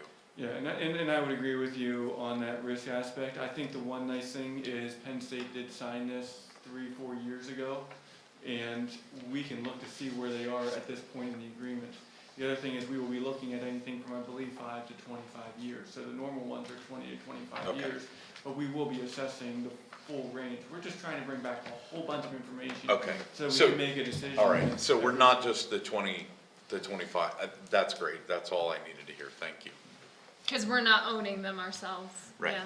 right. And you'll be able to see that, you know, in the pricing, the longer you commit, the better the rate you should get, you know, all that kind of stuff. But with that said, interest rates just inverted. You know, you can actually get a longer rate for less than a current rate and all this, so, you know, freaky stuff out there in the world right now, so. Okay, so Mike, any? Yeah, I you know, just kind of, again, to encapsulate it, I think you gave them the range. What the project management team and the consultant are going to do now is, you know, craft this RFP, get out there and try to answer some of these questions that we just don't have answers for right now, so that you can make an informed decision when it comes time to say commitment or not commitment. I felt like there was actually another question on yours that wasn't on ours, and that was if the rate does come back higher. Right. Is that something we should answer? Number 4. And again, these are additional questions that are helpful, but I don't think they're necessary at this point. In my opinion. Okay, I see it now, yeah. For these ones, these would be much more important for, as we talked about, the 5 large organizations making up 82%. Right. That would be very, very impactful. Yeah. Yeah. Rex, talk about crystal ball. I don't even want to touch that with it. Not Yeah. for what we're talking about. Yeah, I don't even want to go down that rabbit Exactly. hole tonight. Just for your own edification, there's the timeline that's associated with this. They were looking for information back by the end of the month. That's why it's in front of you tonight. Ultimately looking to release the RFP here towards the end of June. Looking forward to, you know, into the fall, some discussion on what we get in terms of responses in the contract, if there's a contract in, you know, November. some type of contract award if we get that far, depending on the results of the proposals that come in. So a lot yet to be determined, but it's a step in the process. Okay. Joe, you have everything you need? Thank you. Mike, you have everything Yeah, you need? absolutely. Thank you, Joe. Appreciate the backstop. Awesome. Okay. If then we will move to our added item, which is MB4, which is a resolution to support Asian Pacific American Heritage Month. It is in our supplemental folder. Since no one got to see this from the public, if it's all right with council, I'll read it into the record and you can tell me if it needs to be different. So, College Township, Center County, Pennsylvania, Resolution R-22-09, Asian Pacific American Heritage Month, May 2022. Whereas Congress enacted a law in 1992 annually designated the month of May as Asian Pacific American Heritage Month to celebrate the influence and contributions of those of Asian and Pacific Islander origin to the history, culture, and achievements of the United States. And whereas some residents of College Township who hail originally from the many diverse countries on the Asian continent and many Pacific islands are recent immigrants, and others are first, second, third, fourth, or fifth generation Americans. And whereas those of Asian and Pacific Islander origin are the largest racial minority group in Center County, making up 6.5% of our population, and have enriched the ethnic and social fabric of Center County, including College Township, with their diverse languages, cultures, and religious beliefs. And whereas those of Asian and Pacific Islander origin contribute to and enrich our community with their creativity, enterprise, and skill as professors, scientists, technologists, doctors, students, entrepreneurs, artists, workers, writers, investors, elected officials, philanthropists, and more, building and supporting a vibrant and resilient economy in College Township.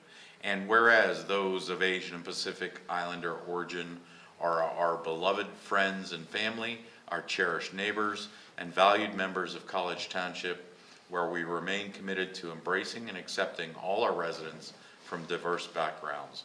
Now therefore it be resolved, the College Township Council do hereby proclaim May 2022 to be Asian Pacific American Heritage Month in College Township, and encourage all residents to celebrate the history and culture of Asian Pacific Islanders and Asian Pacific Americans and their vital contributions to our community.